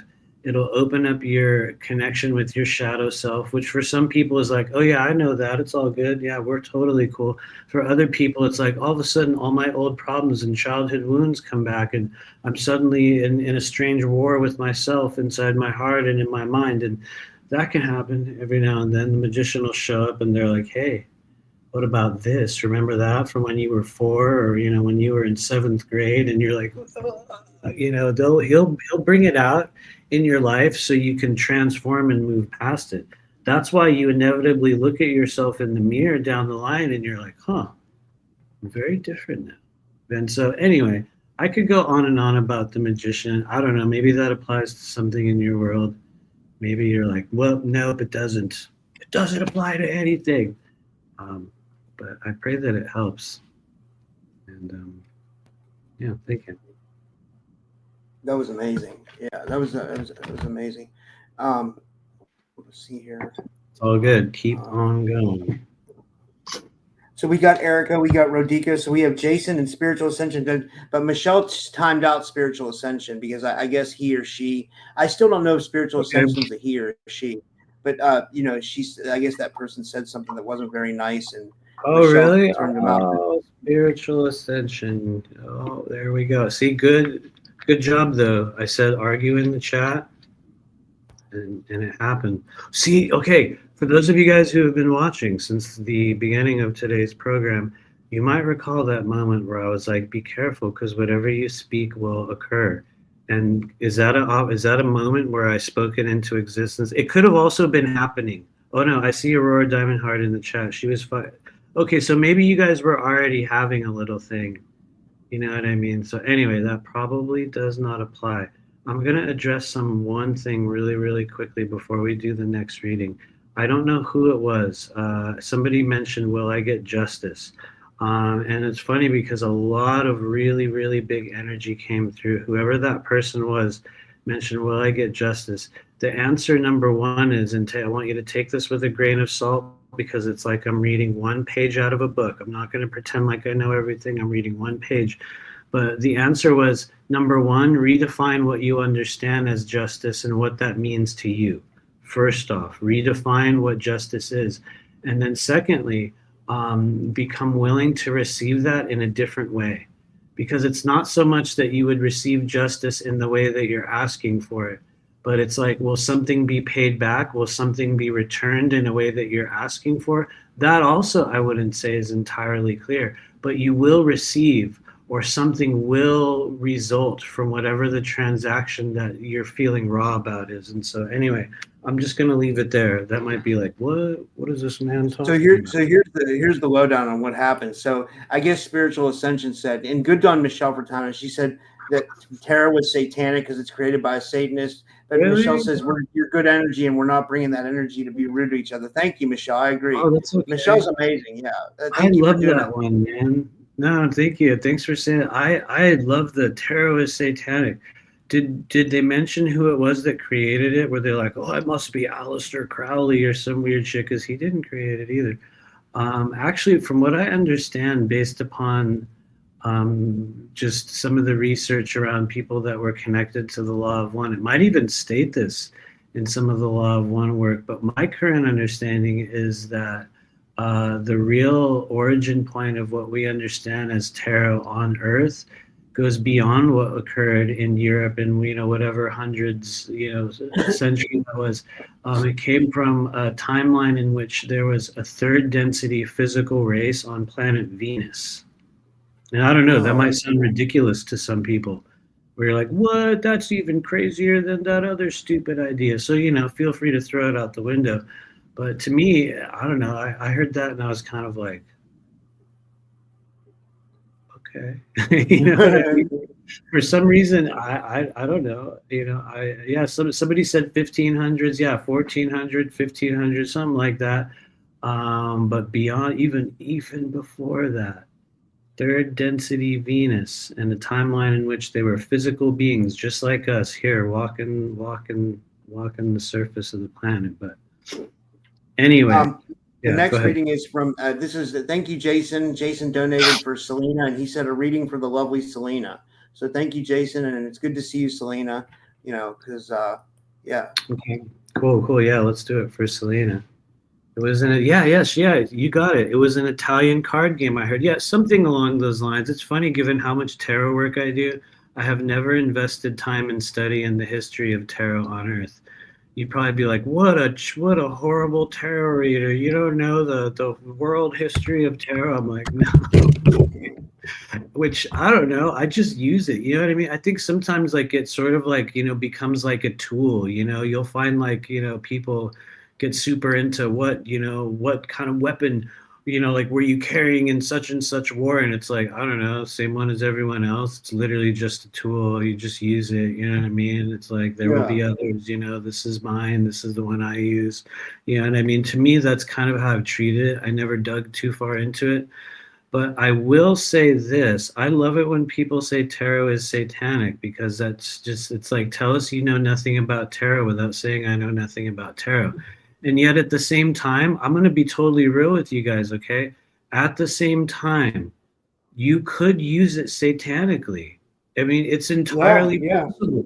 Absolutely. Like anything else, it could be a tool that you could use in a satanic manner to cast some kind of negative energy. Yes, absolutely. You certainly could. You could also use it to just look at the energy and study certain, movements and archetypal patterns in one's life and look at the emotions of other people. You know what I mean? There's also about 20,000 other things within the list. It's like saying, like, because I have a hammer means that I'm going to hit somebody on the head with it. Or, like the guy with the gun is the one that did the murder. Just because you have the gun means that you're the only one that could have done it. But it's like, anyway, you guys get where I'm going. It makes sense. I don't even need to go down that road. You guys understand. Anyway, sorry. Here we go. Here's Selena. Let's just see. What do we need to know? For those of you guiding Selena at this stage of the journey, we're just looking for anything that needs to be seen as we enter this highly potent chapter of manifestational energy in her life. How about this, Selena? What does she need to know about manifesting positive change and growth over the next coming days? What can you guys tell her? 3, 2, 1. Whoa. Damn. All right. All right. You got an Ace of Wands. And so somebody had an Ace of Cups earlier. We had an Ace of Cups come by earlier. And, some of you will also look at this and you'll go, well, that's a very phallic image. And you would be right to think that, because it is. It's the pinnacle of fire and power. And we could even say masculine. We could say yang energy, yin and yang. This is pure fire, pure masculine, pure yang energy. And so when we say, okay, great, what does this have to do with me? Selena's like, all right, great. So yeah, now what? Well, it's a timeline shift opportunity with respect to what it is that you do every day. Sometimes it's your work. It's the things that you do with your hands, your activities. Every now and then it's even, maybe you as a mom or just you going about your social life. But just remember, the wands are things that we physically do in a physical world. They're past the point of being an emotion. They're, you know what I mean? They're past the point of being a thought. Those are cups and swords. Wands are things we do. And so when this comes into your life, you have a chance to dramatically alter the path that you are walking, the role that you are playing. If you want to make it even more 3D, you could even say you have a really great opportunity to advance your career or change jobs. If that's the thing that you're looking for, it's going to be up to you. You'll know if that's a factor. It's not guaranteed to be, but it's all of those things. And guess what? It's also your sexuality, and it's also your creativity, and it's also your anger. And shall I go on? And it's also your relationship with masculinity and the way you connect with masculinity, all the way down to the relationship that we had with the father and all of those things. It goes really, really far. I'm not saying you need to take it that far. I'm just giving you like, examples of how deep it could go in someone's life. Or it could just be a stage of your life where you break a cycle. And sometimes the cycle is just a day-to-day thing where you'll stand up for yourself, which is a thing one might actually do with wand energy. They'll take a stand, they'll generate fire. Every now and then they'll straight up tell somebody to fuck off, like directly. They'll have a big blowout. Every now and then they'll just, crash out, as we could say. Wands would do that. Wands are the most likely to get physical. Could be in a good way, could be in a bad way. But anyway, let me get back to the point, Selena. This is a very important opportunistic time to break a cycle in some area of your life. If you are willing to take a leap of faith and do something that people around you would be like, what? Oh, hell. You know what I mean? She did. If you're willing to do that, you'll get paid back from it. Like, honestly, you'll find more momentum behind you than many other times in your life. Like if you were trying to make a change, or let's say let's just say if you were trying to let something go or strengthen something or bring something in, and this also applies to a lot of people who are in here right now. So if you're one of those people that's hearing it and you're like, man, I wish that could be me. It is. I mean, literally, that's the nature of multidimensional tarot. Anyway, I'm not going to go on and on. I'm just going to say this is a season to break physical cycles. The more bold you're willing to be, more spirit will pay you back. So anyway, I'll shut up now. I love that. No, that's great. That was amazing. I hope that resonates with you, Selena. And the next one is Kurt, and Kurt doesn't you get readings much. So thanks for donating, Kurt. And I don't know if he has a question, but yeah, he says yeah. Excuse me, as I'm coughing here in the background, I should be silencing my microphone. Okay, here we go for Kurt W75. Totally, let's do it. We'll just pull a card for you, see what shows up. I haven't said this on this show in a while, but it's really up to you how much emphasis you want to put into one card readings. I think as a person that does this on a professional level, sometimes you're going to find they're like eerily, crazily accurate. And sometimes, like I said earlier, it's like you're reading one page of a very long book. And no one can ever understand the whole story by reading one page. So sometimes it just touches on like minor areas of your life. And every now and then they go deep. But I just always say this because, you're watching a show in which there's a million readers. And, every now and then some are amazing and some aren't so amazing. But the absolute reality is, you guys, your body will recognize what is true. Literally. You will recognize what is true. And I think if there's one thing that I wish that I could pass on to people, it's that trust that allows you to realize that feeling and go like, okay, this is real, this is not real. And what else is there? Because that's like a gateway for people. That's a gateway into really opening up your intuitive abilities in ways that I guess, I don't know, sometimes I'm like, maybe I did it right because now it's all I do. But anyway, I could just keep going on and on. I'll stop there, but here we go. This is for Kurt W75. Kurt W75. What do you guys need him to know? We'll just take a short breath in.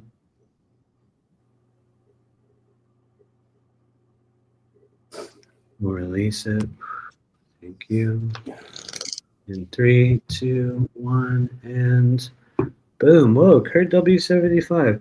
I would say first off, as I tune into your energy field, this may or may not make sense, could be irrelevant to you. I feel that there's a lot of energy stored within the stomach and within your digestive pathways.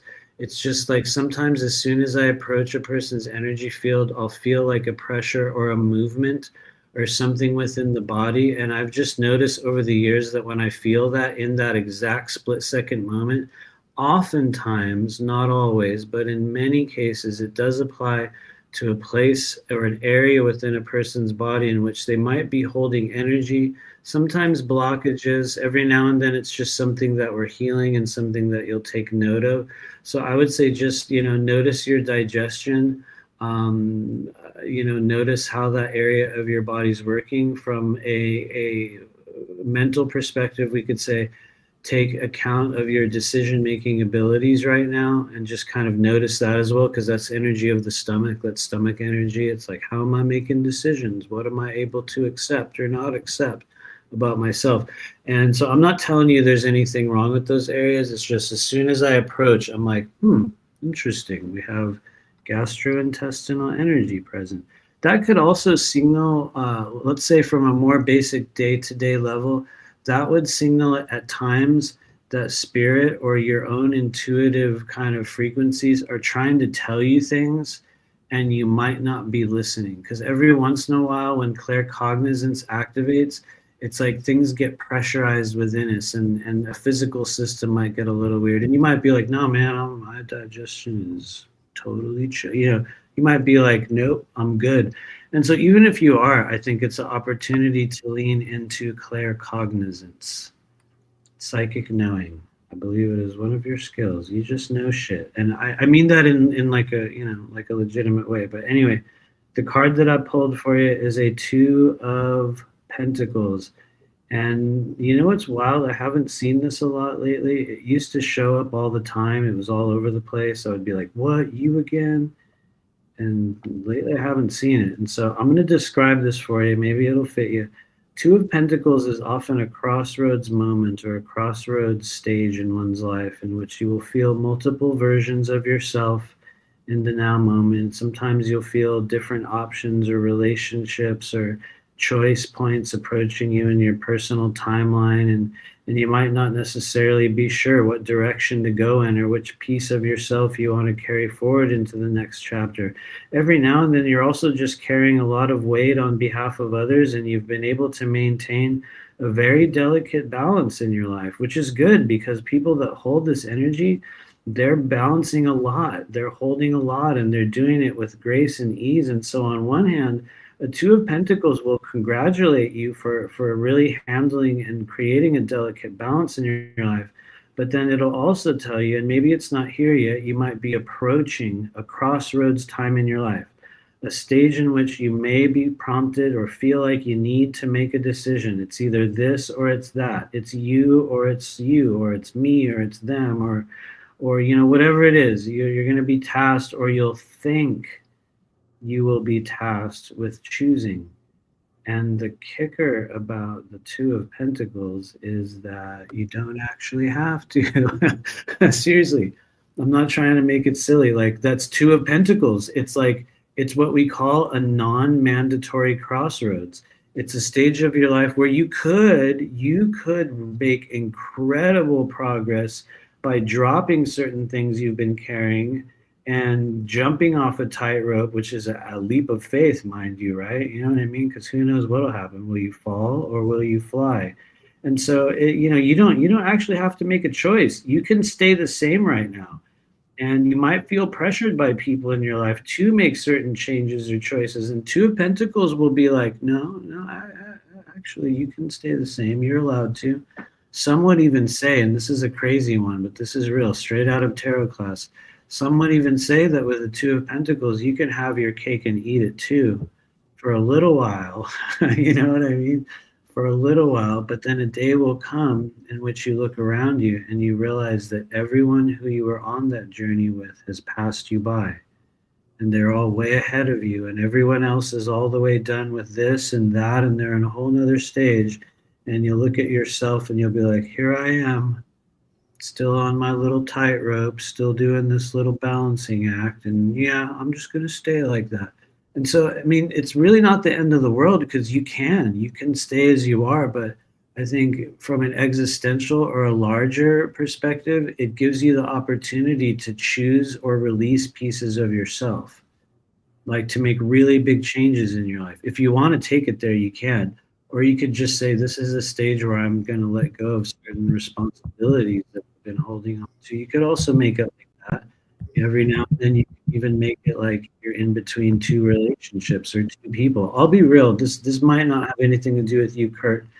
But sometimes in readings, this card will show up to talk about a person who's dating 2 people at the same time. Like, because that's always a question people want to ask in readings. They're like, well, are they are they cheating on me? You know what I mean? That whole like, tell me what's going on. And every now and then, a Two of Pentacles will come in and say, well, there are two things going on at the same time. I'm not applying that to you, Kurt W75. So don't try. Don't take it like I am. I'm just giving you guys all the pieces, because you guys, a lot of these cards will go in many different directions. And anyway, I will stop there. I love that. We got new people showing up in the chat tonight. I'm happy about that. Like, I just give a shout out to Willow Roots. I haven't seen her in the chat before, and then Seekers of the Divine 1010. I've never welcome, and it's good to have new people in the chat. Like, that means people must be sharing this, and it's like getting out, which is great. Thanks for hanging out, everybody. I think it means that we have received approval from the AI. The newly installed AI God, the one that was it sponsored by Peter Thiel? I say that with respect. Dude, that's hilarious. Dude, that's in case his AI servitor is listening right now. I say it with respect. I'm available for employment. You know what I mean? But I'm just saying. I think the AI Archon, Megatron God has given approval for our live stream. But anyway. And then the last reading we had was for spiritual ascension, but I don't know if that person wanted a reading because they said it was satanic. Were they causing all kinds of problems? That's okay. You know what? We're gonna we will make. You know what? How about this? You're gonna be like, what? We're gonna make it for you, Rob. This reading is gonna be for you. And if anybody else wants one more, maybe we can do one more after this. If anybody wants one, put your name in the chat. I'm good. I don't want to take up all of Rob's time tonight, but I will stay here and hang out with you guys. So if you're quick on the chat, you might also get you might get a reading. I was thinking, Matthew, what we should do is it was fun doing the conspiracy part of this show too. We should do it like that on the regular more. We should do one where we cover like conspiracies, like. That I've been wanting to do that on my channel. It's just like I just, you know what I mean? Like sometimes I'll see a couple people throughout the day, and it's like I just go into like dissociation mode, or it's like, you know what I mean? It's I'm not good at self-starting, but I've been wanting to do that for a while, because I see and watch a lot, like all of us, we observe many things. I kind of want to do reactions. I want to start doing do reactions to people's videos. I'm just worried people will get mad, because inevitably I'll start making fun of people, and people, you know what I mean? I don't want to upset any of the starseed influencers like Elena. And by the way, Michelle wants to send you her decodes. Michelle, she's the girl that has she comes on and do Michelle, the Earth Grid Rescue Mission. She said she'd like to send you her decodes. She's from the same town as you, remember? San Diego, California. That's right. Absolutely.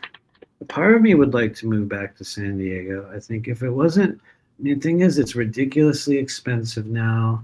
You know what I mean? I could see myself moving back like at a later stage in the human journey. I would say for now, Texas is pretty chill, you guys. Don't listen to what anyone says. They're like, Texas is horrible, and it's like this. I'm like, dude, I'm looking for it. I'm trying to find the horribleness of it. And I'm like, I don't know. Austin, Texas is chill. Like it's so much not what people said it was going to be. Very, very chill, very calm. The people have been great. The food has been good. You know what I mean? Anyway, I'm sorry. Who is our final? Oh God, Willow said her brother died in San Diego. Wait, what? Oh, I'm sorry to hear that. I'm genuinely sorry to hear that. Yeah. My prayers for. Sorry for your loss. Oh yeah, we were pulling a card for you. Oh my lord. Okay, yeah. I'm excited. We're just gonna leave it open unless you want to ask about something specifically. Yeah, well, like my love life, because I'm interested in a woman and she knows it, and she said she's interested in me. So like, I'm like, what that holds. Okay, you're gonna put me on the spot with that one. Why do I say that? Because there's 78 cards in the deck, right? I'm like, what if they, it's always fun in those moments, because they'll like give you a weird one, and you're all, oh, yeah, okay, so watch out, you guys. This will be fun. Which is one of the things I really, really highly recommend for those of you guys that are learning how to read tarot. you're trying to get better at reading tarot, or you're just coming up with ways in which you can, you know, connect with spirit like instantaneously without, you know, falling into a thought pattern or second guessing yourself. Like one of the things I really enjoy doing is like instant engagement. It's like you open the door and you just run. And some people will pause and like, okay, hold on, I'm getting ready. Hold on. I'm getting ready. I'm about to do the reading. Messages, you know what I mean? Some people will do that, which is rightful. It's okay. And then I'm an advocate of like, you just rip open the door and go for it. So that's why we will see the card we pull for you, Rob, live in the moment. We don't know what it's going to be. For those of you guiding Rob, at this stage of the human journey, we're just looking for anything that can be shown in truth, can be shown for growth, for empowerment, just for the continued creation of just whatever's needed, whatever's called for in his love life, in whatever form he wishes to manifest it. We're just looking for what can be known about his current situation. What do you guys want him to know? And once again, give it to us in a way that's easy for us to understand in physical bodies. Here we go. Oh, okay. Whoa. All right. Somebody out there could feel my like, uh-oh moment. You know what I mean? Because every now and then you guys, like I said, you'll do this and I'll get like the tower and I'm like, oh, fun. Now we get to spin that around and try to salvage the message and make it sound cool. And so anyway, Rob, for you, you got the Chariot, which is honestly incredibly good news. Let's just say if you were wondering, or if you found yourself in a position in which if you were willing to take control and really align your physical world with your desires and push forward in new ways to be decisive in how you conduct yourself within your love life with other people, you know, however it is, the Chariot is a very rapid ticket to success, whatever your objective is right now. Let's say if your objective would be I'm trying to find someone, and let's say a Chariot comes into your life, Spirit's saying, well, yeah, you definitely can, and you need to take full control over that process of how you engage with it. Let's say if you're wondering, well, hey, I just met someone, is this a good thing, is it a bad thing, what's going on with it? A Chariot would come in and say, this is a fast ticket to success. In fact, this is a time you could manifest something really, really cool, and you'll get there way faster. And here's the cheesy story that I tell everyone. Some of you guys have heard me say this a million times. It's sort of like this is the Chariot, okay? It's sort of like the universe gives you the keys to the fastest car, and they're like, here you go, bud, go wherever you want, go wild, here you go, take it, go ahead. It's really cool, right? If you're like, yeah, I know how to drive and I know where I'm going. If you know those things, if you know what you want, what it is that you're seeking, where you're going to get the thing that you're seeking, it's like Spirit saying, we're going to give it to you. However, if you waffle back and forth, if you're indecisive, if you don't really direct yourself and just really maintain control, you will just go around in circles. And that can be with a person, or that could be in other areas of your life. And so it's just really about being decisive. And I mean, I could go on and on about the Chariot, which, you know, might be a good idea, might be bad. There is difficulty that comes with it. And that is that you really have to make sure, like, if you want it to work out, one of the problems with the Chariot is that sometimes our physical world is not set up for the destination that we are trying to reach. And why would I say that? Why would I even say such a thing? Look at these horses, you guys. Are they even going in the same direction? I wonder. I mean, they could be. You know what I mean? It's where you have to find out. So sometimes there are questions of physical alignment, physical location, things such as that. It asks you to take them into account. It doesn't say it's a deal breaker. It's just saying, like, hey, you got to be very mindful of the physical location of this entanglement or this destination. And then also you look closely and we're like, wait a minute, who's actually driving right now? Seriously though, who's driving? Because Yeah, you know what I'm saying. It's for me. It's like about like being hard to trust because like I went so deep into my last relationship where I like thought that she was like the one, and like I got it, and then when it got messed up and it got fucked up, it twisted me up it's so bad. So for me, it's like hard to like let people in. That makes sense. I think in that case, one of the best things you could do, and this goes outside like the world of anything we would be talking about within tarot. And I would just say from an energy body or an emotional healing perspective, I think that tells you that the most important thing you can possibly do at the start of such an experience with someone is to communicate as openly as you possibly can, especially if you don't know how.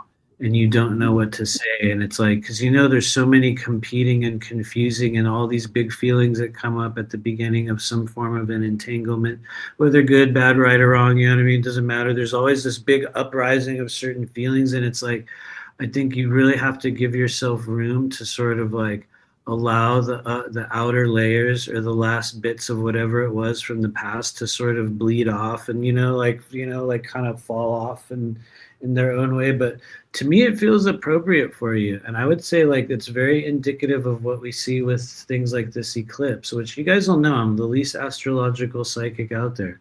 I don't even know what constellation the eclipse is in. I have no idea, dude. Don't ask me because I don't know. But what I do know is that we're in a stage right now where a sudden thing is going to happen and a lot of us are going to go, oh, now I'm going in this direction. Boom. And it's going to go really fast. And that could actually, for a lot of you guys, people that are watching right now, that can very legitimately be a person that walks into your life in the next few weeks. If that's what you're looking for, and if you're willing to speak that into existence, which for some people is vulnerable, right? Because you'll be like, what do you mean? I'm supposed to walk around the house and say, I am manifesting this. You know what I mean? Sure, you could do it that way if you wanted to. Or you could just be mindful of your internal dialogue.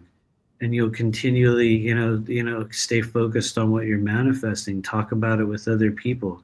You know what I mean? I could go on and make it cheesy. Yeah, but, it's amazing though. Yeah, it's a lot to think about. It feels good. Honestly, it feels good. It feels good for you. I'd say just enjoy it. Yeah. Thanks, man. Yeah. Like, I don't know. It kind of happened quick. It just kind of happened out of nowhere, and it was just like. I don't know. Take it as it comes. Enjoy the sudden developments of life. Honestly, if you look at anything about this little window of opportunity right now, this type of a thing that you're experiencing or about to experience, however it plays out in your world, that's something that is directly prophesied in terms of what happens with this eclipse alignment right now.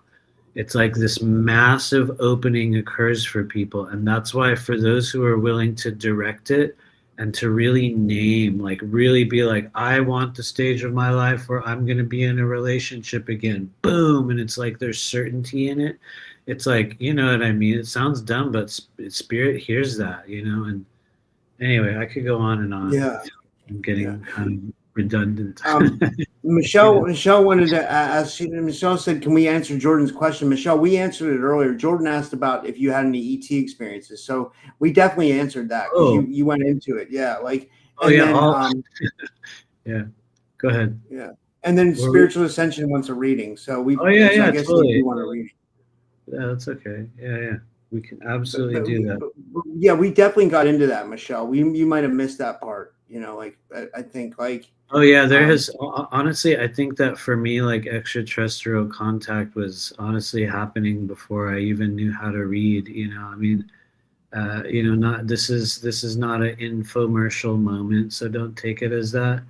But it is well documented in my book that came out last year, which you guys can find on Amazon. Like a lot of those early stage, like ET experiences were things that I felt like I really needed to write about. They were like the first things that I needed to sort of let out.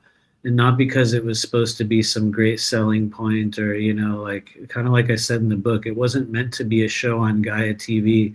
It was meant to be for me to understand my own path. But there's been so much. And, like I said earlier, nowadays, I think a lot of that comes in a different form. But I also have to be real. I am not a person that deeply prioritizes an extraterrestrial connection within the work that I do.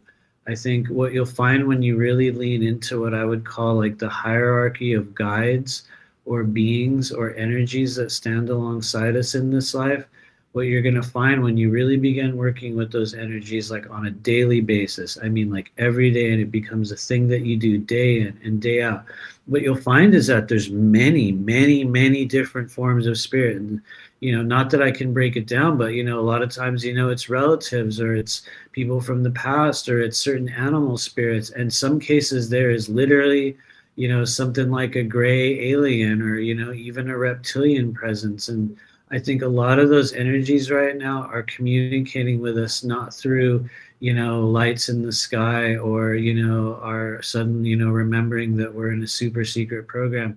They're communicating with us within our thoughts, and within our motivations and your emotions and the experiences you have on a daily basis. And I don't know, I might be wrong, maybe I'm just rambling now, but we got a really good comment here. This is from Peaceful Heart, another new face. She says your book is very fast. It's so fascinating, Matthew. Really enjoying it.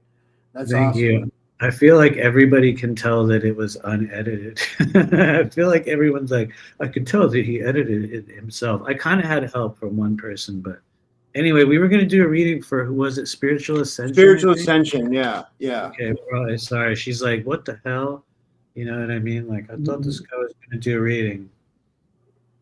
Okay, here we go. This is for we have a lot of new faces in the chat tonight, so I just want to say welcome to everybody who's new, and subscribe. So don't just subscribe to my channel, subscribe to Matthew's channel, and then you'll know when we go to live on each of our channels and stuff. And thanks guys for being here, and thanks to anybody who donated. Really, thank you for supporting the channel. And this is going to be for Spiritual Ascension. Spiritual Ascension.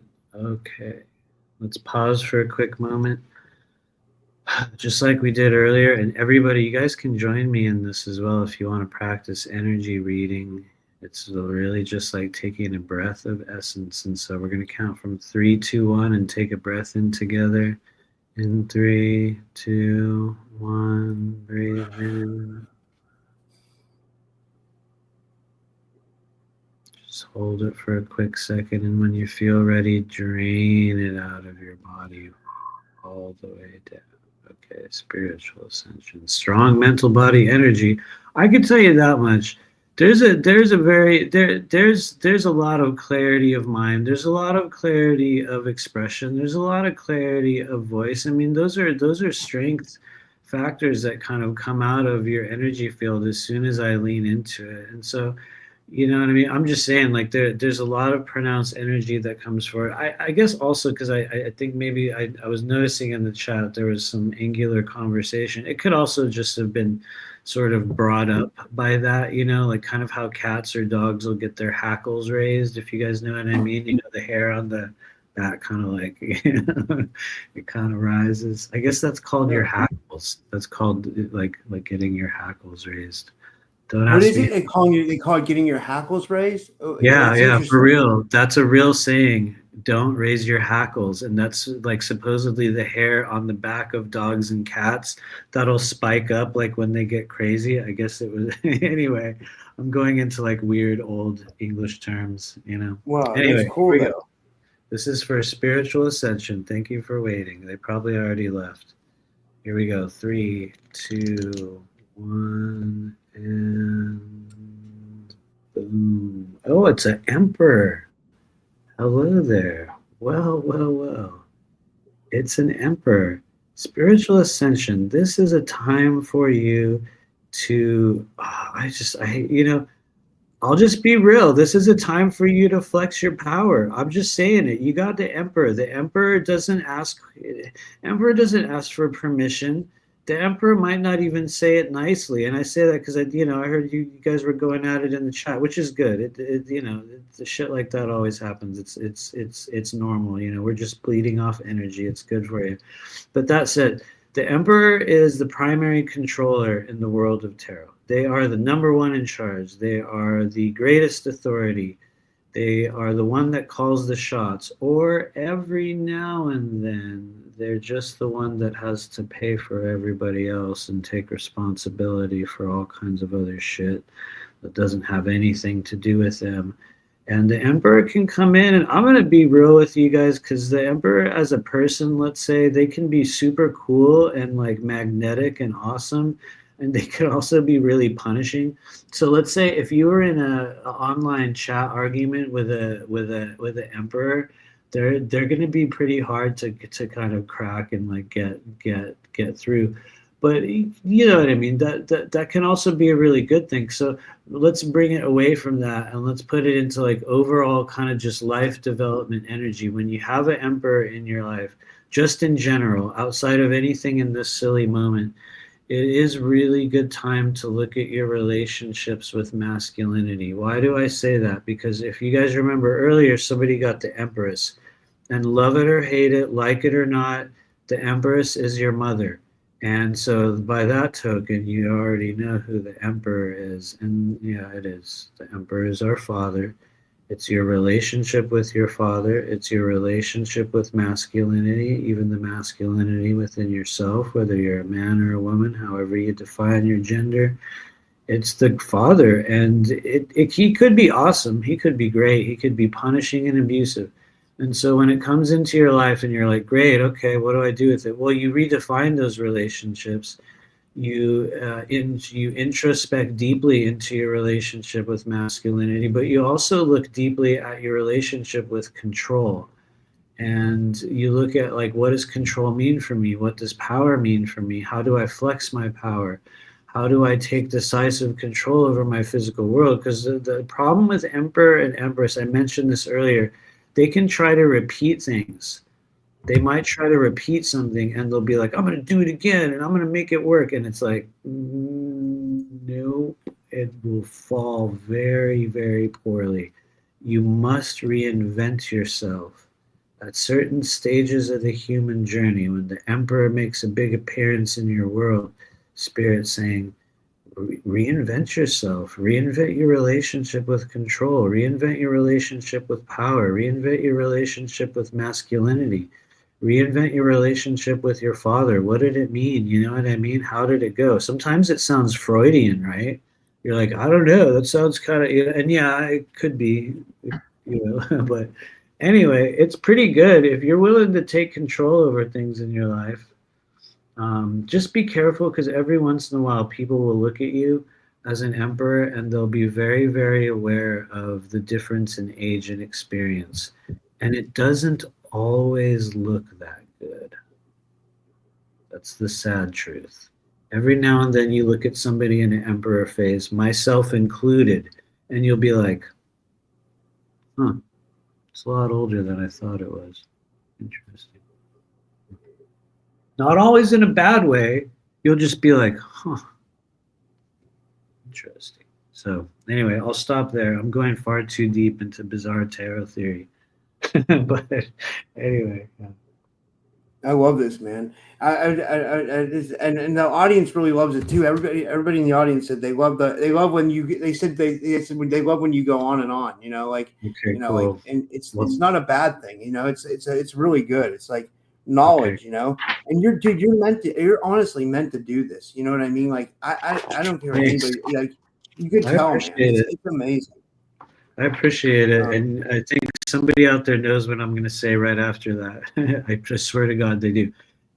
Thank you, and it's also the only thing I know how to do at this stage. Could you imagine me working at like Taco Bell? You know what I mean? Holy it's like, shit, man. You know what I mean, dude? Like, could you imagine me on fucking Wall Street? You know what I mean? Like, or something like that. You know what I mean? It's like, no. That's how I feel too. I'm gonna say, I don't think I can do it. You know? It ain't gonna work. It's just not going to work, but yeah, no, thank you. And I do want to let you guys know, for anyone else here who wants to get a reading, this coming month in September is the 5-year anniversary of our Patreon group, the Blue Flame Collective. And so what that means is that normally we meet every month to do a round of readings for everybody in the group over Zoom. And then we meet at the end of the month and we do an energy clearing meditation with everyone. in the month of September, it is totally free. It is free for anyone that wants to attend. And the fun part about it is if you want to come to our reading group, which is going to be on September 21st, Saturday, which I'm pretty sure is the 21st. It's either the 20th or the 21st, whatever the Saturday of that weekend is. We're going to be doing a free-for-all just reading group where it's live over Zoom. Everyone that shows up, my prayer is, depending on how many people show up, everybody gets a reading. Everyone gets a reading, which sometimes can take several hours. So depending on how many people show up, you might hang out for a very, very long time, but it's free for anyone. And so I will be adding the link to it in the coming weeks, but you can go over to our Patreon page right now and you can join as a free member. For people that join as a free member, I'll put the free post up in the coming weeks that has the Zoom link for this month's free reading. But we're also meeting at the end of the month for energy clearing meditation, which is also free for everybody. So for anyone that wants to go to it, you can even invite your friends. And yes, sometimes that has been a bad idea. You know what I mean? Because it gets a little chaotic here and there, but I'm a member of his Patreon, guys. Like it's amazing, you know. Like you know, it's you guys do those readings like you take it. Sometimes it's like hours, right? It's like well, it kind of depends on how many people show up. Sometimes there's like 15 people. I think sometimes there's like 43 people. I think the last time we did the free-for-all reading thing, or a year before last, I made a mistake and I was like, we'll do it on YouTube, you know what I mean? And so that was like, I think almost 5 hours straight. I think it was just about 5 hours long, which I'll be real, I don't really recommend as a person that does this professionally. It's, you know what I mean? You do kind of lose your mind within the midst of it. But most of the groups that we do nowadays, I would say based upon people that show up, it's about, I would say 3 hours usually is like the max. This one's going to be a little longer though, because there's going to be a lot more people. But it's both me and Honora, my wife. So it's not just me doing readings. There's also Honora. And honestly, she's a lot better than me. So anyway. Yeah, dude, that's saying something because you're really good, you know. Oh, one thing I wanted to announce is I haven't announced this yet. We're going to do the Halloween thing again this year. I'm going to do a Halloween party. And you guys know that's like a free-for-all. Whoever shows up, it's totally free, you know, like it's like, you know, it's just something fun we do every year. You know, and then Coley said she would help me organize it. So she's going to help me organize it this year. And we'll, you know, I'm going to put out a flyer soon. I think I'm going to do it on Devil's Night, which is like October 30th. Yeah, totally. That sounds cool. We'll be checking it out. And then people can dress up, like people can, whoever comes can come in costume or whatever, you know. Hopefully the psychic duck will show up, you know. I'm hoping. Oh shit, that would be very, very cool. That would be very cool. Yeah, I will certainly be watching in the chat. I also want to say something because we're in such a powerful manifestational window. I think this involves you and your show. And I want to say this for everyone out there that's in the chat. So if you believe in this show and if you enjoy the energy that we create, and, you know, I think that 2026 is going to be the year in which you do your own conference, your own event, even if it's just a meet and greet for people for your channel, even if it's just a meet and greet. I think you're entering the stage where, in my opinion, that can be one of the smartest things you can do, because, you know, I mean, I've noticed how you're getting way more subscribers. You're like building it back up. I think we're definitely in a stage right now where you're gonna watch that grow. You know, hopefully, as long as we can stay underneath the algorithm, right? Yeah, right. You never know. Yeah, but I think 2026 is going to be the year where you put together something physically, where the people that have been watching your show, and, you know, maybe some of us that have been on it, there'll be some kind of a gathering, something like that.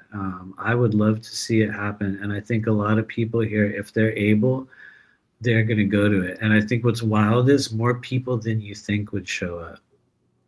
Serious. Yeah, because you know what I found, like these people are like family. When I had Michelle on the other night, Michelle said such nice words about like what the show's done for people. Like a lot of people are like past addicts, like like just like we were, and they came off addiction and they found something in my show that like motivated them, and like it's just like we're a big family. You know what I mean? It's honestly this what it is.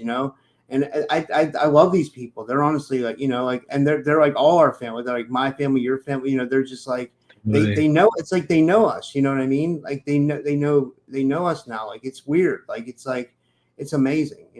It's yeah. Anyway, I agree. And 2026 is the year of the Typical Skeptic event.